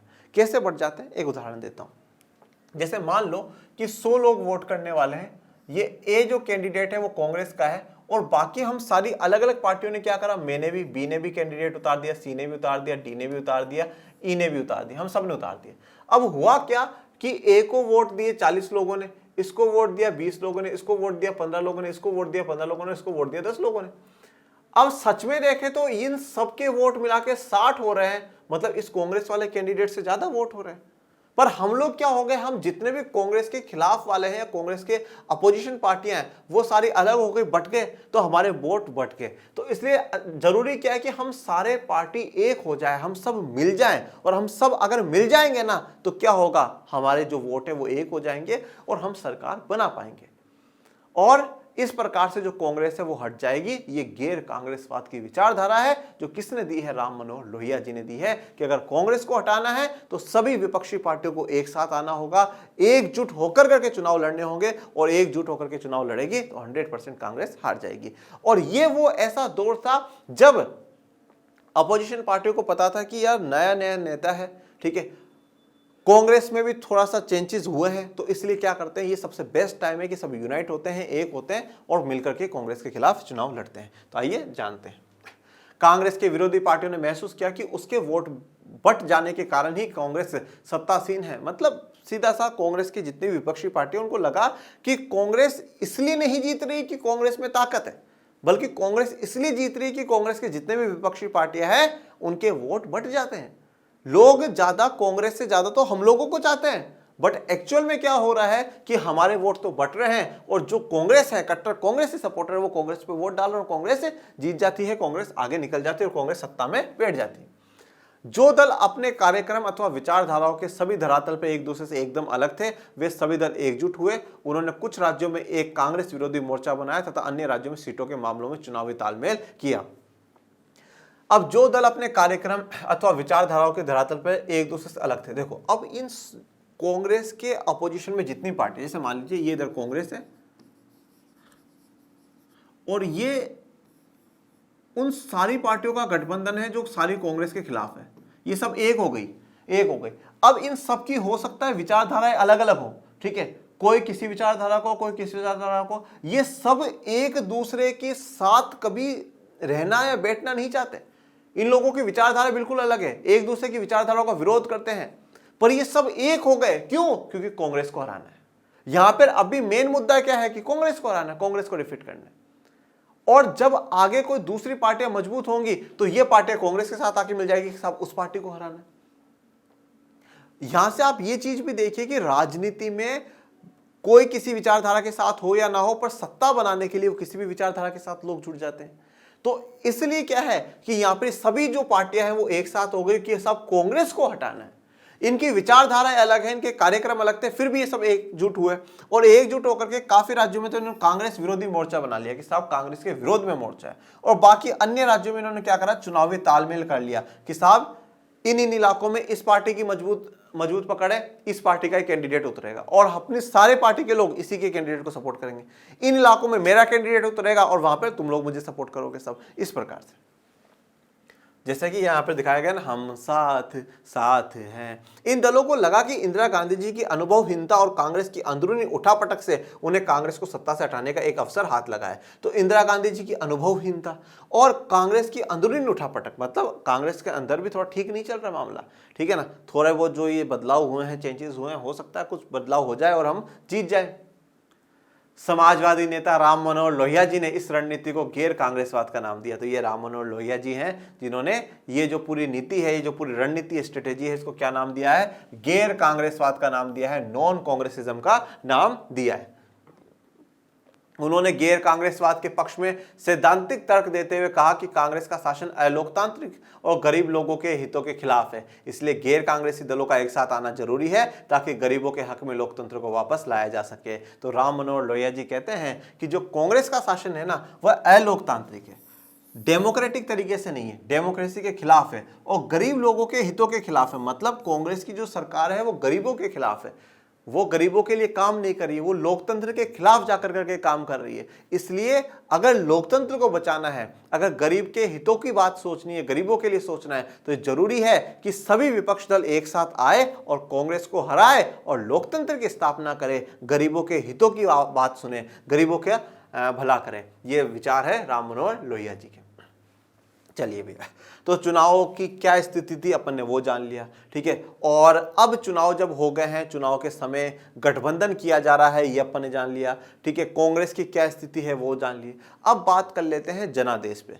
जनादेश का मतलब क्या है? जन मतलब जनता, जन आदेश, जनता का आदेश। और जनता का आदेश कैसे पता चलता है भैया अपन को? जनता का आदेश अपन को पता चलता है चुनावों की जिस दिन पेटी खुलती है कि भैया किसको कितने वोट मिले हैं, जनता किसको सरकार में देखना चाहती है, जनता क्या गैर कांग्रेसवाद को समर्थन कर रही है या जनता कांग्रेस को समर्थन कर रही है, क्या जनता राज्य में अपनी स्थानीय जो पार्टियां हैं, जो स्थानीय मुद्दों को उठाती है, उनको समर्थन कर रही है या अभी भी वो कांग्रेस के समर्थन में है। तो आइए जानते हैं चुनावी जनादेश, चुनाव में जनता का आदेश कि साहब ये जनता का आदेश है कि इस बार ये शासन करेंगे।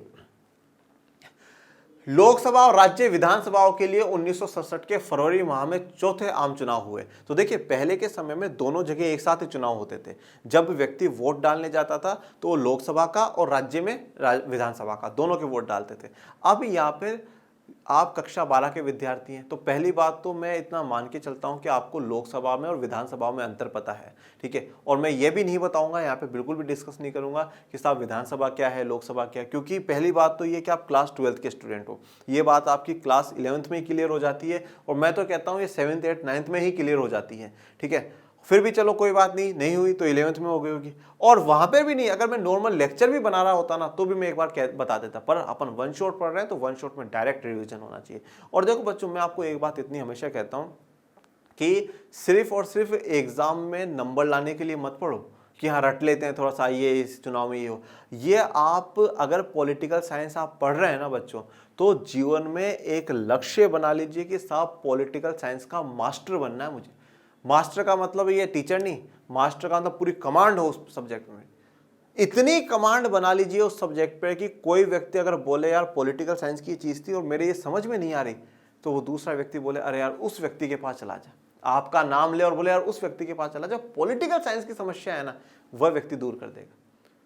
छोटी से छोटी बात, एक संसद से का क्यों क्या की, सब छोटी से छोटे शब्द से लेकर बड़ी से बड़ी बात आपको पॉलिटिकल साइंस की पता होनी चाहिए। मजा तभी है बेटा सब्जेक्ट को पढ़ने में, इतनी गहराइयों में उतर के पढ़िए उसको कि साहब बोले हाँ यार भाई पॉलिटिकल साइंस का तो एक्सपर्ट आदमी है भाई। अगर आप पॉलिटिकल पढ़ रहे हैं उसके एक्सपर्ट बनिए, आप इको पढ़ रहे हैं उसके एक्सपर्ट बनिए, आप हिस्ट्री पढ़ रहे हैं उसके एक्सपर्ट बनिए। ऐसा नहीं कि चलो ठीक है दे देते एग्जाम, पास हो गए फिर भूल गए। अरे भैया पॉलिटिकल साइंस है, हमारे डेली लाइफ में काम आती है। आप 12th में पॉलिटिकल लेकर करके भी अगर आपको ये नहीं पता कि लोकसभा क्या होती है और कोई पूछ ले रहे हो और भैया 12th में कितनी बनी, बोले साहब 95 बनी, अच्छा पॉलिटिक्स में कितना, अरे 99 आए थे भाई 99। यार वो अभी लोकसभा के चुनाव हो रहे हैं या विधानसभा के चुनाव हो रहे हैं, क्या होती है ये लोकसभा विधान, अरे यार पढ़ा तो था, याद नहीं लोकसभा, पता नहीं लोकसभा, तो भैया वो 99 बेकार है फिर। और गलती से अगर वो 99 मेरिट से पढ़ करके आपके आए हैं और उसके बाद भी अगर आप लोकसभा, राज्यों की विधानसभा ये नहीं बता पाओ, तो प्लीज मेरा तो नाम मत लेना उस व्यक्ति के सामने कि भाई मुझे मनीष सर ने पढ़ाया था। बिल्कुल भी नहीं। कमांड बनाइए, छोटी से छोटी चीजों को जानिए, समझिए और लोगों को समझाइए कि साहब ये चीज होता है, लोकतंत्र का ये अर्थ है, लोकसभा ये होती है, राज्यसभा ये होती है, विधानसभा ये होती है, विधानसभा से ये पद मिलता है, लोकसभा में ये पद मिलता है, ठीक है ना, हमारे संविधान में ये मौलिक अधिकार है, ये हमारे कर्तव्य हैं, ये चीजें आपको पता होनी चाहिए बेटा, ठीक है ना। सिर्फ यूं ऐसा नहीं रट्टाफिकेशन पे मत जिए कि हाँ चलो बस पढ़ लिया, एक दिन का रिवीजन करा और वो नंबर आ गए बस मजे, ठीक है ना। मैं जिंदगी में एक बात कहता हूँ बेटा, मेरा पर्सनल जीवन का अनुभव मानता हूँ मैं कि हमेशा हमारी जो मार्कशीट्स होती है ना वो काम नहीं आती, हमेशा वो काम नहीं आती बेटा। सबसे पहला तो जो काम आता है ना वो आता है व्यवहार। सबसे पहले तो अगर कोई काम आता है व्यवहार, हमारा जो बिहेवियर होता है ना वो बहुत इंपॉर्टेंट है। हमारा व्यवहार ही हमें ये दर्शाता है कि हाँ साहब ये कितना अच्छा व्यक्ति है, कितना बुरा व्यक्ति है। और बहुत सी बार हम सोचते हैं यार मैंने किया मैं भुगतूंगा, देखूंगा क्या मतलब दुनिया को, नहीं, हमारा अच्छा या बुरा व्यवहार हमारे बहुत से लोगों को बुरा या अच्छा बना सकता है। आज अगर आप किसी के साथ अच्छा व्यवहार करते हो तो क्या बोलेगा, क्या संस्कार है बच्चे में, एक नंबर विद्यार्थी भाई, क्या शिक्षा दी होगी इसके गुरुजनों ने, वाह वाह वाह वाह, सलाम करते हैं ऐसे गुरुजनों को। क्या संस्कार दिए होंगे इसके माता पिता ने, ऐसे माता पिताओं को तो भैया कोटि कोटि प्रणाम है। अरे कैसे समाज में, कैसे सोसाइटी में, कैसे एरिया में ये बच्चा रहता होगा, कोई hi fi society, hi fi area में ही रहता होगा। तो सोचिए आपके एक अच्छे व्यवहार से आपकी जय जयकार हुई, आपके गुरुजन की जय जयकार हुई, आपके माता पिता की और आपकी सोसाइटी की जय जयकार हुई। चाहे हम कितने ही मतलब कच्ची पुरानी एरियाओं में, मतलब झोपड़पट्टी में क्यों ना रह रहे, पर उसको सब कितने बड़ी सोसाइटी में रहता होगा ये व्यक्ति, हमारा एक अच्छा व्यवहार कितना अच्छा हमें बना देता है।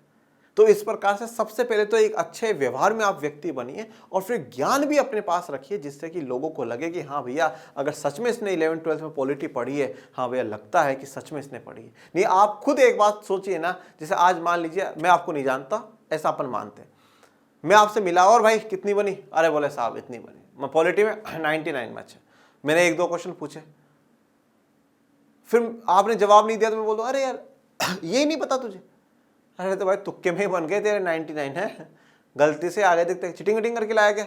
आप सोचो आपकी सारी मेहनत पे पानी फिर गया और सामने वाला व्यक्ति गलत नहीं है, क्योंकि यार वो उम्मीद करता है कि 12th का पॉलिटी का बच्चा उसको छोटी से छोटी बेसिक से बेसिक बात तो पता होगी, ज्यादा हाई लेवल की भी नहीं, ज्यादा हाई लेवल के बेसिक तो पता ही होगा उसको। तो इसलिए बेटा एक्सपर्ट बनिए, कमांड बनाइए, लक्ष्य बनाइए कि साहब हम इस सब्जेक्ट के कमांड लेकर के आएंगे, और सिर्फ रट्टिफिकेशन से काम नहीं होता है। लोकसभा और राज्य विधानसभाओं के जो 1967 के फरवरी माह में चुनाव हुए, अब देखिए जनादेश क्या था, कांग्रेस को जैसे तैसे लोकसभा में बहुमत तो मिल गया, मतलब कांग्रेस को बहुमत तो मिल गया, मतलब जितनी सीटें थी उसका 50% से एक ज्यादा वो जीत गए थे, मतलब 50% को क्रॉस कर चुके थे, लेकिन उसको प्राप्त मतों के प्रतिशत तथा सीटों की संख्या में भारी गिरावट आई थी। तो अभी तक इस चुनाव से पहले 3 चुनाव हुए, 1952 के हुए, 57 के हुए और 62 के हुए, और तीनों चुनावों में जो कांग्रेस की जय जयकार हुई थी उसकी तुलना में इस बार कांग्रेस में गिरावट आई।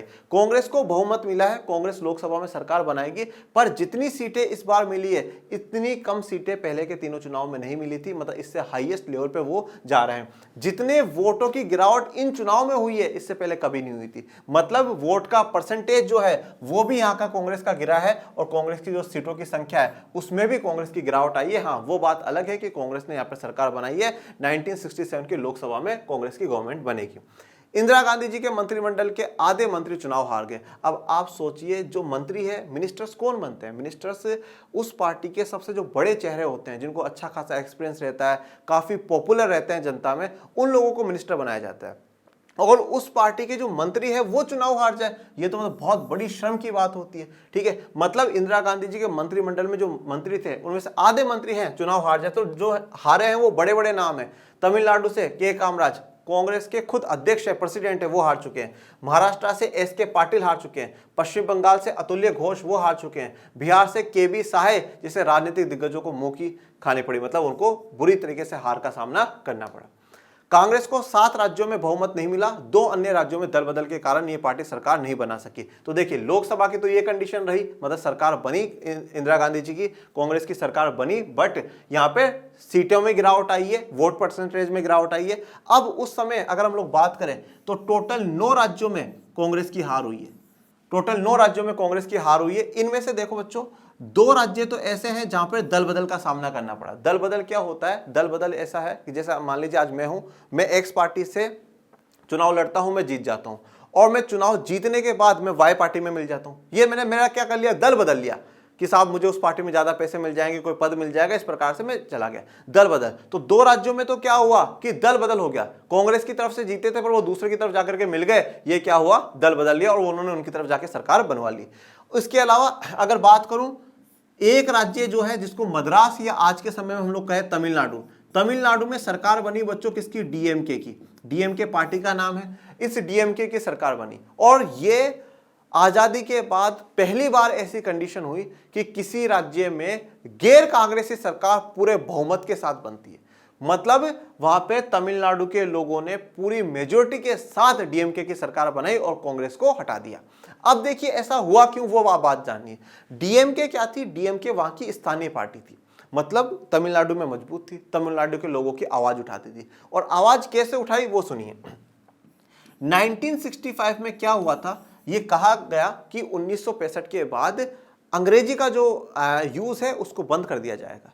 तो जब सरकार ने ये प्रस्ताव लेकर के आया कि सब इंग्लिश को बंद कर दिया जाए, तो अब जो सदर्न स्टेट्स हैं, भारत के जो दक्षिण राज्य हैं, उन्होंने क्या कहा? उनको तो सिर्फ 2 ही लैंग्वेज आती है, या तो इंग्लिश आती है या जो वहाँ की लोकल लैंग्वेज है, मलयालम हो गई, तमिल हो गई, तेलुगु हो गई, ये लैंग्वेजेस आती है। अगर सरकार इंग्लिश को बंद कर देगी तो इसका मतलब तो क्या है कि पूरा का पूरा हिंदी का दबदबा रहेगा। दक्षिण भारत के लोगों को हिंदी सीखनी पड़ेगी कामकाज के लिए, तो ये तो बड़ी समस्या हो गई। तो वहां के लोगों ने क्या करा? विरोध करा सरकार के खिलाफ, और तमिलनाडु में वो विरोध बहुत हाई लेवल तक उग्र भी हो गया था, वायलेंट भी हो गया था।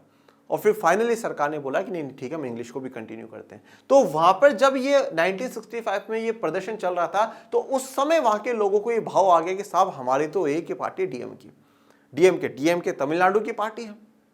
डीएमके तमिलनाडु के जो भाषा का मुद्दा है उसको उठाती है, तो इसलिए डीएमके को ही जीता। अब हर जगह चाहे लोकसभा के चुनाव हो तो डीएमके जीत रही है, राज्य में विधानसभा के चुनाव हो रहा है तो वहां से तमिलनाडु से डीएमके जीत के। अब बाकी कितने रहे? 6 राज्य। 6 राज्यों में चला भैया गठबंधन का जोर। ठीक है, 6 राज्यों में चला गठबंधन का जोर। तो 7 राज्यों में तो बहुमत नहीं था, इसमें से एक तो ये कंप्लीट बहुमत के साथ डीएमके बनी गया, और 6 में गठबंधन चला, और 2 में हुआ भैया दल बदल का मामला। 9 राज्य कांग्रेस पंजाब, हरियाणा, उत्तर प्रदेश, मध्य प्रदेश, बिहार, पश्चिम बंगाल, उड़ीसा, मद्रास, केरल में सरकार नहीं बना सकी। तो इन 9 राज्यों में क्या है? सरकार नहीं बनी। मद्रास प्रांत द्रविड़ मुनेत्रम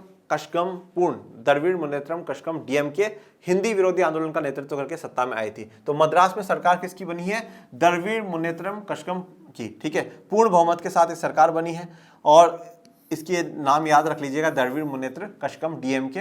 हिंदी विरोधी आंदोलन चला था, उसका नेतृत्व लीडरशिप इसने करी थी 1965 में। उसके बदौलत यहाँ पर उनको 1967 के चुनाव में पूर्ण बहुमत के साथ वो सत्ता में आते हैं। चलिए अब बात करते हैं गठबंधन की। गठबंधन का मतलब ये होता है जब भी 2 या 2 से अधिक पार्टियां मिलकर करके, 1 से अधिक पार्टियां मिलकर करके जब भी सरकार बनाती है उसको हम गठबंधन की सरकारें कहते हैं। अब यहाँ पर चुनाव से पहले ही गठबंधन बनना शुरू हो गए थे, गैर कांग्रेसवाद का गठबंधन, कि साहब हम सारे जो कांग्रेस के विपक्षी पार्टी हैं वो सब एक होते हैं और चुनाव लड़ते हैं।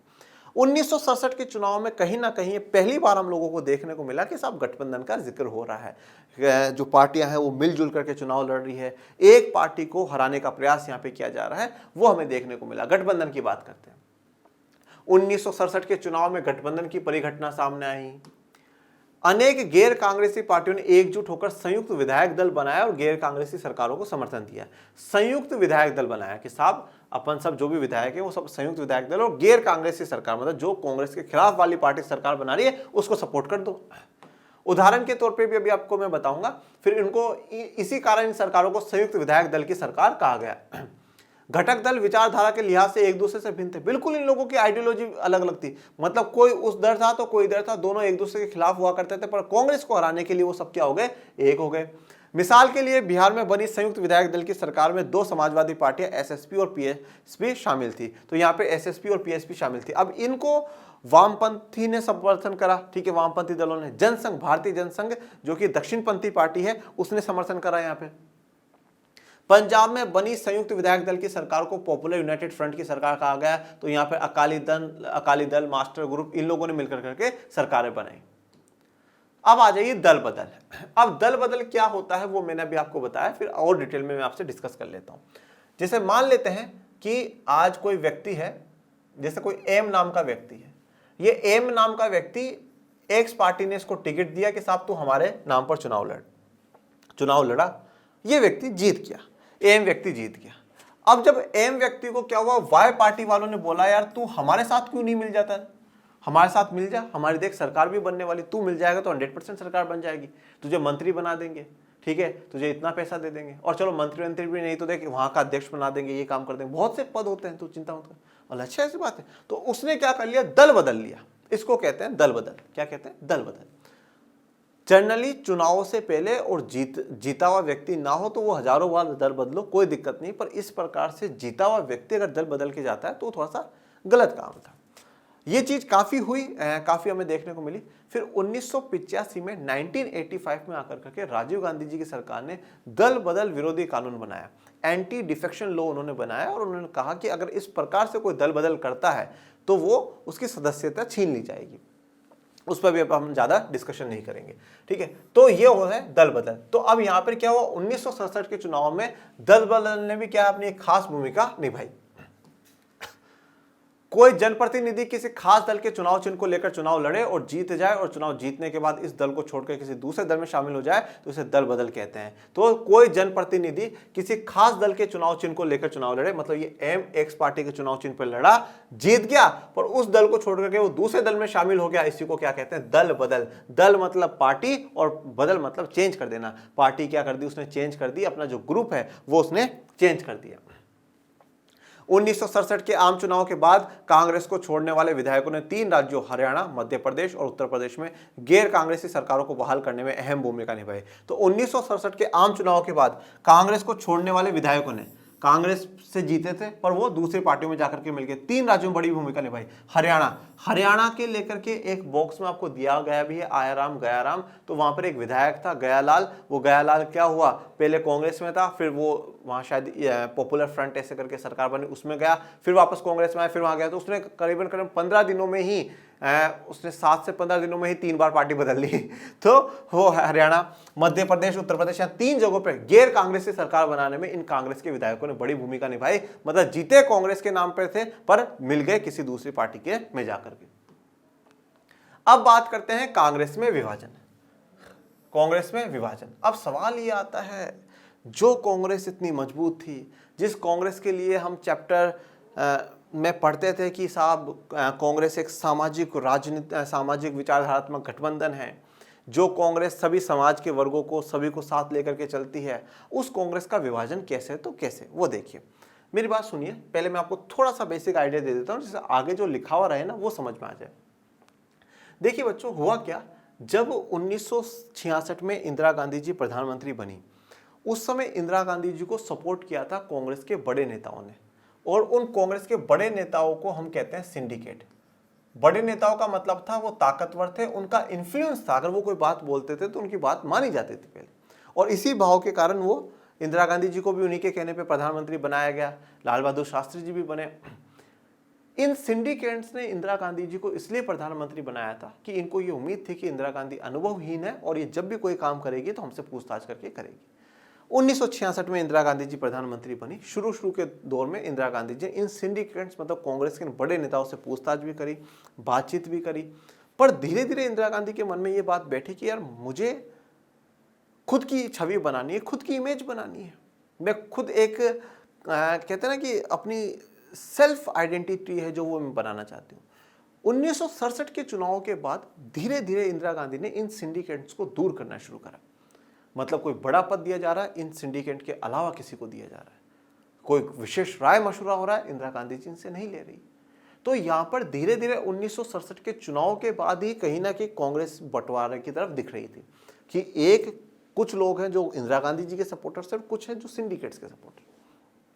पर ये लड़ाई जो है, ये जो विभाजन है, ये खुलकर के सामने कब आया? 1969 में, 1969 में क्यों आया? 1969 में हमारे देश के जो राष्ट्रपति थे वो थे डॉक्टर जाकिर हुसैन जी। डॉक्टर जाकिर हुसैन जी की अचानक मृत्यु हो गई तो राष्ट्रपति का पद खाली हो गया। अब राष्ट्रपति का पद खाली हो गया तो चुनाव कराना था। तो अब जब तक राष्ट्रपति नहीं है तब तक कौन संभालेगा? बोले उपराष्ट्रपति संभालेगा। अगर मान लो उपराष्ट्रपति भी नहीं है तब कौन संभालेगा? तो देश के सर्वोच्च न्यायालय का जो मुख्य न्यायाधीश है, चीफ जस्टिस ऑफ इंडिया, वो संभालेंगे। वो नहीं है तो कौन संभालेगा? सुप्रीम कोर्ट के जो जजेस के मतलब एज वाइज है वो आ जाएंगे, मतलब फिर इनकी एज, इस प्रकार से हमारे राष्ट्रपति का पद संभाला जाता है। तो राष्ट्रपति जी का पद खाली हुआ, चुनाव कराने थे, विद इन द 6 मंथ चुनाव कराने होते हैं, ये भारत के संविधान का नियम है। तो अब क्या हुआ, चुनाव कराने थे तो उस समय कांग्रेस ने ऑफिशियली किसको उतारा? नीलम संजीव रेड्डी जी को उतारा। नीलम संजीव रेड्डी जी के लिए कहा कि साहब हमारे जो कांग्रेस की तरफ से जो चुनाव लड़ेंगे वो नीलम संजीव रेड्डी जी लड़ेंगे। नीलम संजीव रेड्डी जी और इंदिरा गांधी जी की बनती नहीं थी, तो इंदिरा गांधी जी इस फैसले के खिलाफ थी कांग्रेस के कि साहब इनको क्यों उतार रहे हो, इनको मत उतारो। क्योंकि इंदिरा गांधी जी को ये था नहीं साहब मुझे पसंद नहीं तो ये व्यक्ति राष्ट्रपति बने, ठीक नहीं। तो इंदिरा गांधी जी ने उस समय उनकी बात मान ली, बोले ठीक उतारो। पर इंदिरा गांधी जी कहीं ना कहीं अंदर ही अंदर चाहती थी कि वो व्यक्ति ना बने। एक बार के कामराज जी को कहा भी गया कि कामराज जी एक बार वापस मीटिंग बुलाइए, और सोचते हैं कि नीलम संजय रेड्डी जी को बनाना चाहिए, नहीं मना कर दिया गया, बोला नहीं वापस मीटिंग नहीं बुलाई जाएगी। अब हुआ ये कि इंदिरा गांधी जी ने उस समय के उपराष्ट्रपति वाइस प्रेसिडेंट वीवी गिरि जी को बोला कि आप क्या करो, आप निर्दलीय से फॉर्म लगाओ, आप उपराष्ट्रपति के पद से हटो और बोलो कि मैं राष्ट्रपति के लिए चुनाव लड़ना चाहता हूं। तो यहां पर अब मुकाबला हुआ वीवी गिरि जी और नीलम संजय रेड्डी जी। देखने को लग रहा था कि इंदिरा गांधी जी कांग्रेस की कैंडिडेट है और कांग्रेस को सपोर्ट कर रही है, नीलम संजय रेड्डी जी को सपोर्ट कर रही, पर सच में इंदिरा गांधी जी किसको सपोर्ट कर रही थी? वीवी गिरि को सपोर्ट कर रही थी। अब राष्ट्रपति के चुनाव में वो जो वोट डालते हैं वो लोकसभा और राज्यसभा के निर्वाचित सांसद डालते हैं और सारी राज्यों के विधानसभा के निर्वाचित विधायक डालते हैं। इंदिरा गांधी जी ने सभी विधायकों से और सभी सांसदों से ये बात कही कि आप सभी अंतरात्मा से मतदान करिएगा, अंतरात्मा से वोट दीजिएगा। इसका मतलब उन्होंने कहीं ना कहीं बातों ही बातों में ये कह दिया कि भाई कांग्रेस या दूसरी पार्टी मत देखना, अपना मन से वोट करिएगा। तो ज्यादातर विधायक और सांसदों ने वीवी गिरि जी की तरफ वोट डाला और वीवी गिरि जी जीत गए और कांग्रेस का ऑफिशियल कैंडिडेट जो है वो हार गया। मतलब राज्यों में सरकारें होने के बावजूद और इसके अलावा अगर हम लोग कहें कि लोकसभा में राज्यसभा में दबदबा होने के बावजूद कांग्रेस का ऑफिशियल कैंडिडेट हार गया, ये बड़ा अचंभे की बात थी। और जैसे ही जब कांग्रेस का कैंडिडेट हारा तो सबको ये बात पता थी कांग्रेस के नेताओं को, अगर हारा है तो इंदिरा गांधी जी की बदौलत हारा है। उसी समय के कामराज जो कांग्रेस के अध्यक्ष थे, उन्होंने इंदिरा गांधी जी प्रधानमंत्री को पार्टी से निष्कासित कर दिया, पार्टी से बाहर निकाल दिया। जब पार्टी से बाहर निकाल दिया तो फिर बात आई कि भैया सरकार किसकी है। तो इंदिरा गांधी जी ने उस समय कम्युनिस्ट पार्टी की मदद ली और अपनी सरकार को बनाए रखा, अपनी सरकार को वापस बना लिया। मतलब अब कांग्रेस बढ़ चुकी थी, दो भागों में हो चुकी है, कांग्रेस ओ और कांग्रेस आर। ठीक है, कांग्रेस ओ और कांग्रेस आर। अभी जानेंगे कि कांग्रेस ओ और कांग्रेस आर की क्या कहानी है। तो कांग्रेस में विभाजन किस प्रकार से हुआ वो मैंने आपको बता दिया। सबसे महत्वपूर्ण बात यह है कि चुनाव के नतीजों ने साबित कर दिया था कि कांग्रेस को चुनाव में हराया जा सकता है, बट कांग्रेस का कोई विकल्प भी नहीं था। तो यह बात देखो, यहां पर यह बात समझ में आ गई थी 1967 के चुनाव में कि कांग्रेस को हराना संभव है, क्योंकि 9 राज्यों में कांग्रेस की सरकार नहीं बनी। ठीक है, उसके अलावा लोकसभा में भी जो सीटें हैं वो कम हुई है, इसके अलावा उनका जो वोट परसेंटेज है वो भी कम हुआ है। इसका मतलब ये तो था कि कांग्रेस को तो हराया जा सकता है, पर जिन राज्यों में गैर कांग्रेसी सरकारें बनी वहां पर वो लंबे समय तक चल ही नहीं पाई, क्योंकि मिलजुल के बनी थी। हाँ, तो कभी वो नाराज होकर बोला नहीं मैं नहीं रहूंगा तुम्हारे साथ, फिर वो बोले मैं नाराज नहीं होगा, तो गठबंधन की सरकारें गिरती गई और राष्ट्रपति शासन लगता गया। तो ये भी दिख रहा था कि साहब कांग्रेस को हराया जा सकता है, पर यह भी दिख रहा था कि उसका कोई विकल्प भी नहीं, अभी तक कोई इतनी मजबूत पार्टी नहीं जो कांग्रेस को पूरी तरीके से डिफीट कर सके। राज्यों में बनी अधिकतर गैर कांग्रेसी गठबंधन की सरकारें ज्यादा दिनों तक नहीं टिक पाई। तो राज्यों में जो बनी अधिकतर गैर कांग्रेसी सरकारें थे वो लंबे समय तक नहीं टिक पाई और वहां पर राष्ट्रपति शासन लगा दिया गया, मतलब वहां पर सरकार हट गई और राष्ट्रपति का शासन लगा। अब बात करते हैं इंदिरा बनाम सिंडिकेट। इंदिरा गांधी को असल चुनौती विपक्ष से नहीं बल्कि खुद अपनी पार्टी के भीतर से मिली। तो इंदिरा गांधी जी को असली जो चुनौती थी वो विपक्ष से नहीं थी, ऑपोजिशन तो था ही नहीं, ना के बराबर था ऑपोजिशन। तो असली चुनौती तो उनको अपनी पार्टी से थी। सिंडिकेट कौन है? कांग्रेस के भीतर ताकतवर लोग हैं। कौन है? कांग्रेस के भीतर ताकतवर और प्रभावशाली नेताओं का एक समूह है। ताकतवर होने और प्रभावशाली होने का अर्थ यह है कि उनकी बातों में वजन था, वो कोई बात बोलते थे तो वो मानी जाती थी और उनको मतलब कहा कि मानी ही जा रही है ये बातें। तो ताकतवर और प्रभावशाली लोग थे।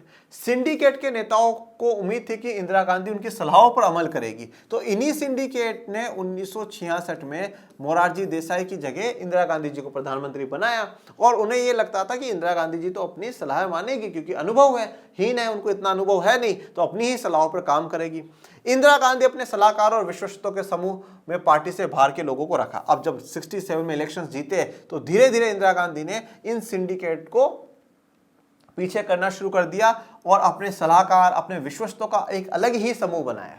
ऐसी बात नहीं इनमें से मंत्री नहीं है बहुत से, पर जो वैल्यू सिंडिकेट्स की पहले हुआ करती थी वो अब इंदिरा गांधी जी के राज में नहीं थी।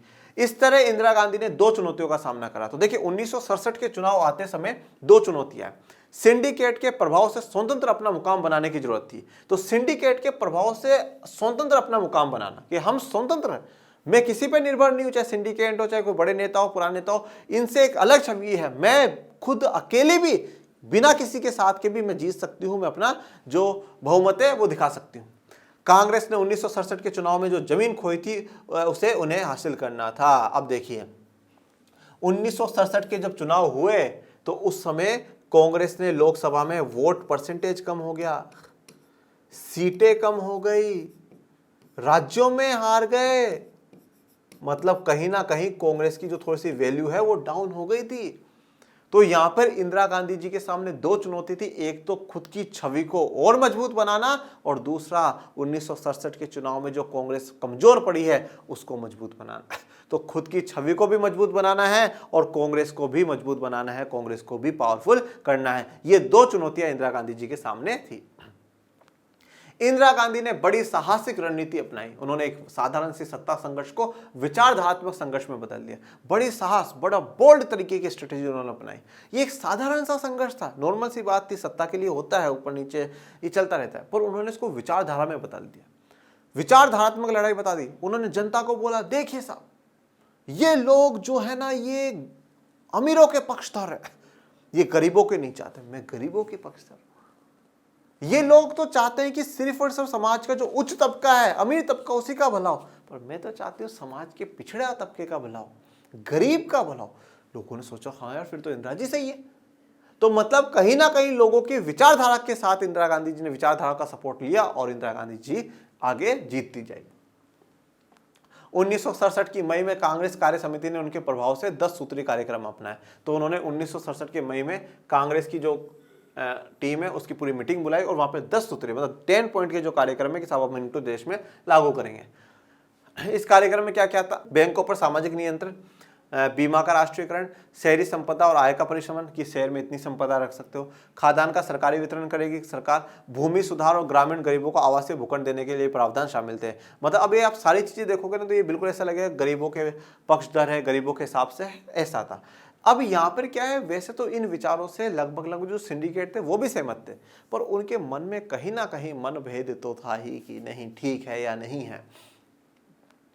अब आ जाइए राष्ट्रपति पद का चुनाव 1969, ये 1969 के राष्ट्रपति पद के चुनाव की चर्चा कर लेते हैं, ठीक है ना। जो राष्ट्रपति पद के चुनाव के बाद ही कांग्रेस का विभाजन हमें साफ तौर पर नजर आता है, उसी राष्ट्रपति पद के चुनाव की चर्चा कर रहे हैं जहां से कांग्रेस दो भागों में बढ़ जाएगी, कांग्रेस ओ और कांग्रेस आर। उन्हीं राष्ट्रपति पदों की चुनाव की बात कर रहा हूं मैं जब से कांग्रेस ओल्ड और कांग्रेस न्यू कहलाएगी। उसी चुनाव की बात कर रहा हूं जब मैं कांग्रेस सिंडिकेट वाली कांग्रेस और इंदिरा गांधी वाली कांग्रेस, ठीक है। तो आइए जानते हैं उसी विभाजन की पृष्ठभूमि को जहां राष्ट्रपति पद चुनाव 1969 है। सिंडिकेट और इंदिरा गांधी के बीच की गुटबाजी 1969 में राष्ट्रपति पद के चुनाव के समय खुलकर सामने आई। तो 1969 में राष्ट्रपति पद के समय ये सामने खुलकर के सामने आई है। तत्कालीन राष्ट्रपति जाकिर हुसैन की मृत्यु के कारण उस साल राष्ट्रपति का पद खाली था। तो ये जाकिर हुसैन जी है, इनकी डेथ हो गई तो पद खाली हुआ। इंदिरा गांधी जी की असहमति के बावजूद उस साल सिंडिकेट ने तत्कालीन लोकसभा अध्यक्ष एन संजीव रेड्डी को कांग्रेस पार्टी की तरफ से राष्ट्रपति पद के उम्मीदवार के रूप में खड़ा करवाने की सफलता पाई। तो अब देखिए, इंदिरा गांधी जी नहीं चाहते थे कि नीलम संजीव रेड्डी है वो राष्ट्रपति के चुनाव लड़े, क्योंकि नीलम संजीव रेड्डी जी और इंदिरा गांधी जी की नहीं बनती थी। पर फिर भी कांग्रेस में जो सिंडिकेट है वो इस बार सफल हुए और नीलम संजीव रेड्डी जी को चुनाव में उतार दिया। इंदिरा गांधी जी ने प्रयास करा कि नीलम संजीव रेड्डी जी चुनाव ना लड़े। बार बार में बोला कि कांग्रेस की फिर से मीटिंग बुलाई जाए, एक बार फिर से सोचा जाए, पर के कामराज उस वक्त सोचने को तैयार नहीं थे। उन्होंने बोला नहीं, चुनाव तो लड़ेंगे तो नीलम संजीव रेड्डी जी ही लड़ेंगे। पर इंदिरा गांधी भी हार मानने वाली नहीं थी। इंदिरा गांधी ने तत्कालीन उपराष्ट्रपति वीवी गिरी को बढ़ावा दिया कि वे एक स्वतंत्र उम्मीदवार के रूप में राष्ट्रपति पद के लिए अपना नामांकन भरे। तो उन्होंने उस समय के जो उपराष्ट्रपति थे वीवी गिरी जी, उनको बोला कि भैया आपको किसी पार्टी की जरूरत नहीं, आप स्वतंत्र उम्मीदवार भर दो, निर्दलीय हूं मैं किसी दल की तरफ से नहीं हूं, ठीक है। तो वीवी गिरी जी को आगे किसने किया? इंदिरा गांधी जी ने किया। नाम में वो लग रहा था कि साहब वीवी गिरी जी तो निर्दलीय लड़ रहे हैं, स्वतंत्र उम्मीदवार, पर कहीं ना कहीं सच में सपोर्ट जो था उनको इंदिरा गांधी जी का सपोर्ट था। इंदिरा गांधी ने 14 अग्रणी बैंकों के राष्ट्रीयकरण और भूतपूर्व राजा महाराजाओं को प्राप्त विशेषाधिकार यानी प्रिवी पर्स को समाप्त करने से कुछ बड़ी और जनप्रिय नीतियों की घोषणा भी की। तो उस 69 के दौर में इंदिरा गांधी जी ने बोला कि 14 अग्रणी जो बैंक है उनको राष्ट्रीयकरण किया जाएगा, मतलब वो सरकार के कंट्रोल में आएंगे, सरकार कंट्रोल करेगी। ये दूसरा क्या था? Privy purse. अब इस प्रिवी पर्स के बारे में जानेंगे। तो आप सभी को पता है, आप फर्स्ट चैप्टर से पढ़ते हुए आ रहे हो कि काफी रजवाड़ों को भारत में मिलाया गया और उस समय उनसे ये वादा किया गया था कि साहब आपकी जो आने वाली पीढ़ी है ना, वो एक उस स्तर की निजी संपत्ति रख पाएगी, उन पर रोक टोक नहीं है, और सरकार भी उनको कुछ प्रकार का वेतन करेगी, भत्ते देगी, भत्ते अलाउंसेस होता है इंग्लिश में, मतलब कुछ थोड़ा बहुत पेमेंट करेगी। पर शुरुआत से जवाहरलाल नेहरू जी ने भी और फिर बाद में इंदिरा गांधी जी ने भी कहा कि साहब ये तो समानता के खिलाफ का है, क्योंकि अब तो कोई राजा महाराजा नहीं, अब तो सब एक समान है, भारत का संविधान कहता है। तो बोले इस चीज़ के खिलाफ है प्रिवी पर्स, इसलिए मैं इसको हटाऊंगी। उन्होंने 69 में 70 में बड़े प्रयास करे, पर कुछ परेशानियां आई, पर बाद में 71 में उन्होंने फाइनली प्रिवी पर्स को भी हटा दिया। तो ये ऐसी नीतियां थी जो गरीबों को और आकर्षित करने वाली थी कि साहब देखिए इंदिरा गांधी जी किसकी हितकारी है? गरीबों के लिए सोचने वाली है। ये बैंकों का सरकारीकरण, राष्ट्रीयकरण क्यों किया जा रहा है? इसलिए किया जा रहा है कि सरकार के कंट्रोल में रहेंगे तो अच्छे से काम करेंगे।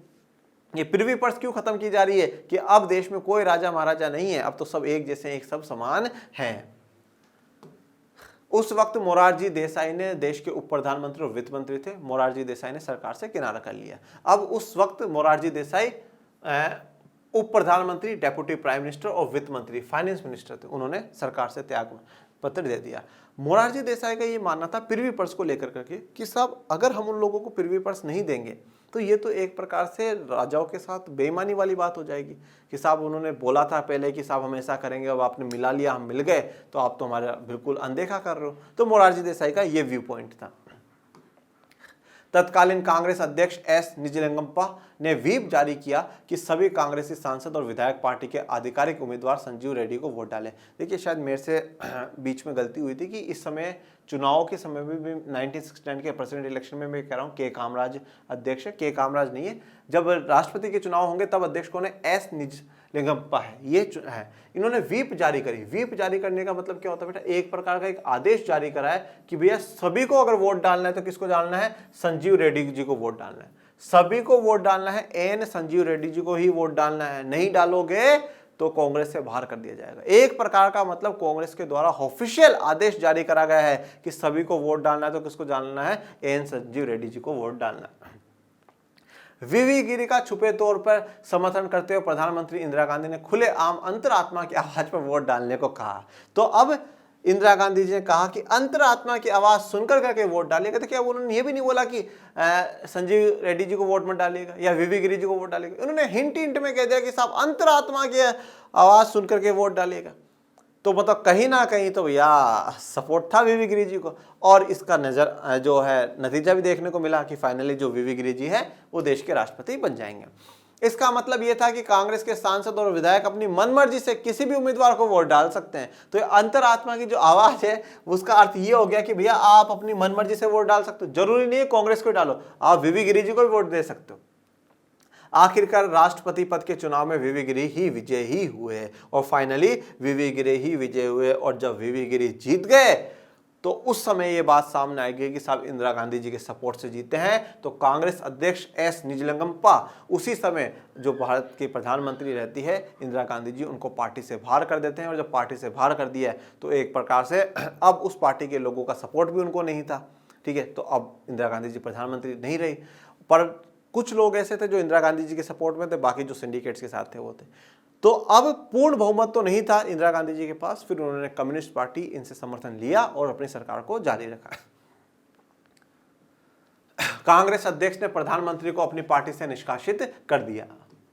पार्टी से निष्कासित प्रधानमंत्री इंदिरा गांधी ने कहा कि उनकी पार्टी ही असली कांग्रेस है। देखिए, पार्टी से निकाल दिया गया है इंदिरा गांधी जी को। अब भी इंदिरा गांधी जी कह रही कि साहब जो मेरी पार्टी है ना, हमारी जो पार्टी है, ठीक है ना, जो हम शासन करेंगे, हमारी जो पार्टी ना वही असली कांग्रेस है। ये लोग असली कांग्रेस वाले नहीं है। कांग्रेस की पहचान थी गरीबों के हित में काम करना, दलितों आदिवासी पिछड़ों के हित में काम करना। ये ऐसे कार्यक्रमों को पसंद नहीं करते हैं, इसलिए इन्होंने मुझे निकाल दिया है, ठीक है ना। तो हमारी जो कांग्रेस है वही असली कांग्रेस है। 1969 के नवंबर तक सिंडिकेट की अगुवाई वाली कांग्रेस खेमे को कांग्रेस ओ या ऑर्गेनाइजेशन के नाम से जाना जाता था। देखिए, अब 1969 के नवंबर तक सिंडिकेट की जो अगुवाई वाली कांग्रेस है उसको कांग्रेस ऑर्गेनाइजेशन के नाम से, और इंदिरा गांधी की अगुवाई वाली कांग्रेस खेमे को कांग्रेस आर के नाम से या रिक्विजनिस्ट के कहा जाने वाला लगा। इन दोनों दलों को क्रमश पुरानी कांग्रेस और नई कांग्रेस, तो कांग्रेस ओ किसको क्या कहा गया है, ओल्ड कांग्रेस या ऑर्गेनाइजेशन, ठीक है। और कांग्रेस आर जो है वो किसकी है, इंदिरा गांधी जी की, इट मींस न्यू कांग्रेस है। आप इसको ऐसे याद रख सकते हो, ओ फॉर ओल्ड। और इसमें ओल्ड कांग्रेस में कौन थे, सिंडिकेट थे, मतलब जो पुराने बड़े नेता, मतलब ओल्ड जो नेता थे वो इसमें थे। और बाकी जो आर नेता है, आर मतलब रिफ्रेशर्स मान लो आप, जो रिफ्रेशर है बिल्कुल नए नए हैं। और नई कौन है, इंदिरा गांधी जी है, तो वो इंदिरा गांधी जी की कांग्रेस हो गई।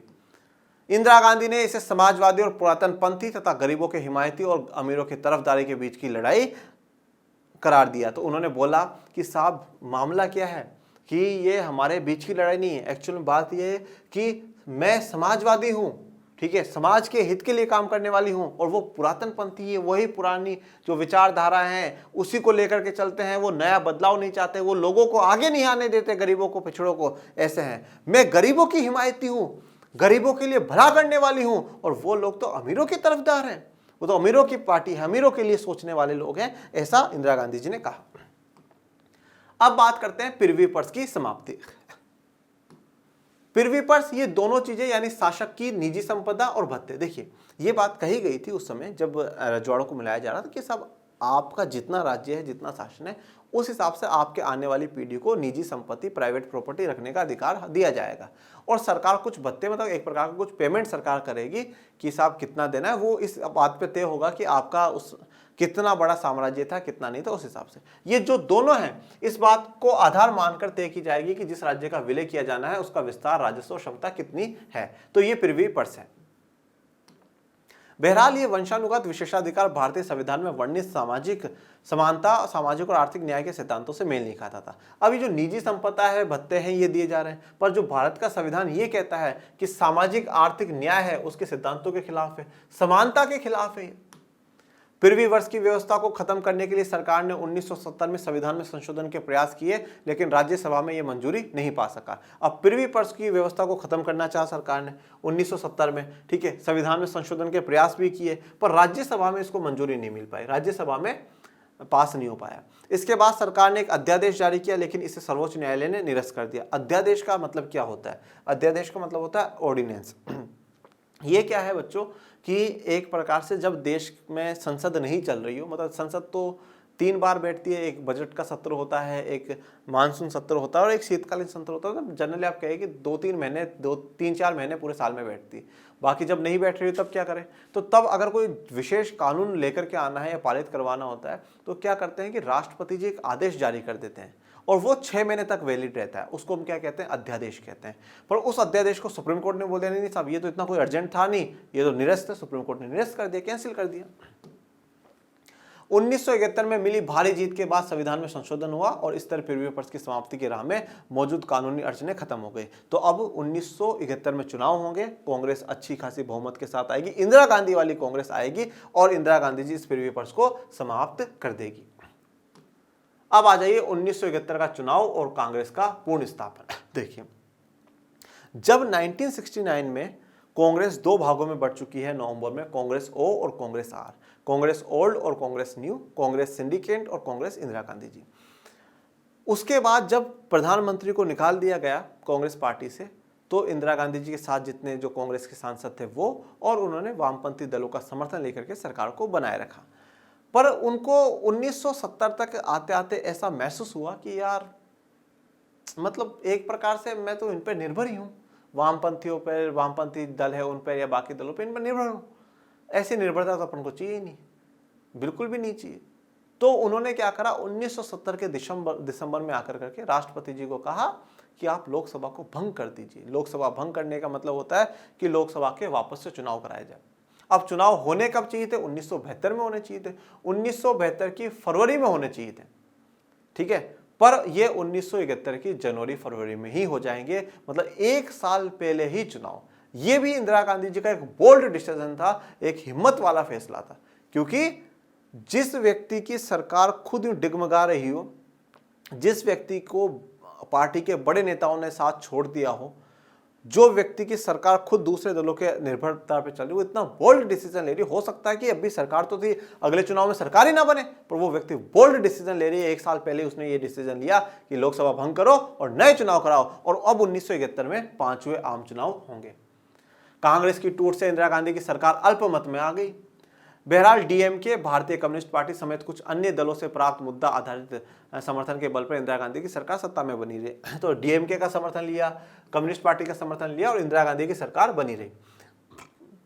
दूसरे राजनीतिक दलों पर अपनी निर्भरता समाप्त करने के साथ डीएमके पर, वामपंथी दलों पर, इन पर मेरी निर्भरता है, तो भैया ऐसा नहीं, अपन को ये निर्भरता नहीं चाहिए, अपन को डिपेंडेंट किसी पर नहीं होना। उस निर्भरता को खत्म करने के लिए, संसद में अपनी पार्टी की स्थिति मजबूत करने के लिए, संसद में जो अपनी पार्टी उसको मजबूत बनाने के लिए, अपने कार्यक्रमों के पक्ष में जनादेश हासिल करने के लिए कि साहब मेरे जो कार्यक्रम में चला रही हूँ वो सही है, उसमें जनता मेरे साथ है, इस बात के लिए गरज से इंदिरा गांधी की सरकार ने 1970 के दिसंबर में लोकसभा भंग करने की सिफारिश की। यह भी एक आश्चर्यजनक और साहसिक कदम था। लोकसभा भंग करने की डिमांड कर दी कि सब लोकसभा को भंग कर दिया जाए, भंग कर दिया गया। और यह भी एक आश्चर्यजनक, चौंकाने वाला फैसला था कि अरे यार ये क्या कर दिया, ऐसा कैसे, मतलब सरकार अब आगे बने ना बने इनका विश्वास नहीं, पर फिर भी इतना बोल्ड डिसीजन लिया, तो साहब आश्चर्यजनक और बड़ा साहसी ही कदम था। लोकसभा के लिए 5वें आम चुनाव 1971 के फरवरी माह में हुए। अब मुकाबला देखिए, अब इस 1971 के चुनाव में किस किस के बीच में मुकाबला था, आइए देखते हैं। तो देखिए पहला मुकाबला तो आपको साफ साफ देखने को मिल रहा है, कांग्रेस आर, ठीक है, इंदिरा गांधी जी वाली वर्सेस कांग्रेस ओ, इसके बीच में मुकाबला है। दूसरा, बाकी इनके अलावा भी जितने भी विरोधी दल है, जितने भी ऑपोजिशन वाले हैं, उनका है। अभी यहाँ पर ये बात ध्यान रखिएगा, अब भी चुनाव 1971 के जो फरवरी में चुनाव हो रहे हैं वो सिर्फ और सिर्फ लोकसभा में हो रहे हैं। राज्यों की विधानसभा में तो 5 साल बाद चुनाव होने, मतलब 1967 के बाद 72 में, वहां तो 1972 में ही होंगे। यहाँ तो भंग तो लोकसभा करी गई है, राज्यों की विधानसभा थोड़ी करी गई है। तो चुनाव अभी सिर्फ और सिर्फ लोकसभा के हैं। चुनावी मुकाबला कांग्रेस आर के हर किसी को विश्वास था कि कांग्रेस पार्टी की असली सांगठनिक ताकत कांग्रेस ओ के नियंत्रण में है। देखिए अब चुनावी मुकाबला देखिए तो ज्यादातर लोगों को लगा कि यार अब तो असली ताकत तो कांग्रेस ओ के हाथ में ही है, क्योंकि सारे बड़े बड़े नेता, पुराने जो दिग्गज खिलाड़ी थे कांग्रेस के, वो सारे कांग्रेस ओ में है। ये तो नई पार्टी, ये कैसे चुनाव जीतेगी, इंदिरा गांधी जी की पार्टी। ग्रैंड अलायंस बनाया गया। देखिए सभी बड़ी गैर साम्यवादी, गैर कांग्रेस विपक्षी पार्टियों ने एक चुनावी गठबंधन बना लिया, मतलब सारी कांग्रेस के खिलाफ वाली जो पार्टियां वो सारी एक हो जाती है और ग्रैंड अलायंस बना लेती है, मतलब आप कह सकते हो महागठबंधन। शासक दल ने भी भारतीय कम्युनिस्ट पार्टी के साथ गठजोड़ किया, और जो शासक दल है मतलब कांग्रेस आर, इंदिरा गांधी जी की कांग्रेस ने भारतीय कम्युनिस्ट पार्टी सीपीआई के साथ गठबंधन किया। नई कांग्रेस के पास एक मुद्दा था, एक एजेंडा और एक कार्यक्रम था। देखो इंदिरा गांधी जी की जो कांग्रेस थी ना, उसके पास क्या था, मुद्दा था कि साहब हमारा ये मुद्दा है, हमारा ये एजेंडा है, हम ये करेंगे, ये कार्यक्रम था। और कांग्रेस ओ हो और चाहे विपक्ष की पार्टियां, उनके पास कोई कार्यक्रम नहीं था, कोई मुद्दा नहीं। इसीलिए इंदिरा गांधी जी 1971 में एक फेमस स्लोगन नारा दिया, गरीबी हटाओ, इंदिरा गांधी जी ने कहा कि जितने भी विपक्ष की पार्टियां हैं इनका नारा है इंदिरा हटाओ और ये मैं चाहती हूं गरीबी हटाओ। तो देखो अब आप सोच लीजिए कि किसको हटाना जरूरी है, तो आप मुझे वोट दीजिएगा, मैं गरीबी हटाऊंगी। तो उनकी इंदिरा गांधी जी के पास एक स्पष्ट कार्यक्रम था, एक स्पष्ट एजेंडा था, एक स्पष्ट मुद्दा था, जो कि पुरानी कांग्रेस के पास नहीं था। विपक्षी गठबंधन के पास बस एक ही कार्यक्रम था, इंदिरा हटाओ। इसके विपरीत उन्होंने लोगों के सामने एक सकारात्मक कार्यक्रम रखा और इसने अपने मशहूर नारे गरीबी हटाओ का नारा दिया। किसने? इंदिरा गांधी जी ने गरीबी हटाओ का नारा दिया।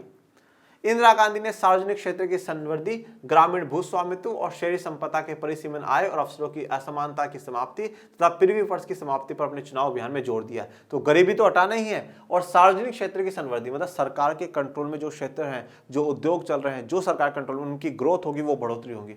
ग्रामीण भूस्वामित्व और शहरी संपदा के परिसीमन में पर रोक लगेगी, मतलब ग्रामीण में जिनके पास बहुत अनाप शनाप जमीन है उन पर रोक लगाई जाएगी, उनसे जमीनें छीनेगी, जो असली किसान है उनको देगी। और शहरों में भी लोगों ने बड़ी बड़ी संपदाएं ले रखी है, उन पर भी रोक लगाएंगे। अवसरों की जो असमानता है उसको भी समाप्त करेंगे, और जो पृथ्वी पर है ना इसको समाप्त करेंगे। ये चुनाव अभियानों में इंदिरा गांधी जी ने जोर दिया। गरीबी हटाओ के नारे से इंदिरा गांधी ने वंचित तबकों, खासकर भूमिहीन किसान, दलित, आदिवासी, अल्पसंख्यक महिलाओं और बेरोजगार नौजवानों के बीच अपने समर्थन का आधार तैयार करने की कोशिश करी। तो ये गरीबी हटाओ का नारा देकर करके जो वंचित तबके हैं, जैसे खासकर भूमिहीन किसान हो गए, दलित हो गए, महिलाएं हो गई, पिछड़े तबके के लोग हो गए, उनको साथ इंदिरा गांधी जी ने ले लिया। अब बात करते हैं परिणाम और उसके बाद। अब 1971 में चुनाव हुए। अब उन परिणामों में क्या हुआ, तो आइए देखते हैं। कांग्रेस आर और सीपीआई के गठबंधन को लोकसभा की 375 सीटें मिली। इसमें कुल 48.4% वोट हासिल हुए। मतलब अगर आप देखें सीपीआई प्लस कांग्रेस आर दोनों को मिलाकर के कितनी सीटें मिल रही है? 375 मिल रही है, जिसमें से कांग्रेस आर को अकेले को 352, मतलब कांग्रेस आर इंदिरा गांधी जी के 352 सांसद जीत करके आते हैं, और बाकी अब इसमें से आप हटा देंगे तो 23 जो है वो सीपीआई के जीत करके आते हैं। मतलब अच्छे खासे बहुमत के साथ कांग्रेस रिटर्न में आई है। कांग्रेस की जो सत्ता है वो यहां पर आई है, और 48.4% वोट मिले हैं। कांग्रेस आर को अकेले 352 सीटें मिली और 44% वोट मिला।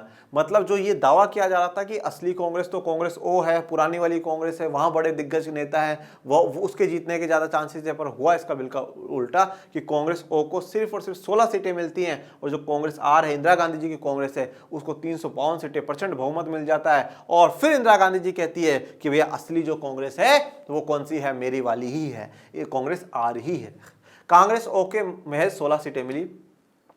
विपक्षी ग्रैंड अलायंस धाराशायी हो गया और इस महाजोड़ को 40 से भी कम सीटें मिली। मतलब जो ग्रैंड अलायंस है उसको 40 से भी कम सीटें मिली।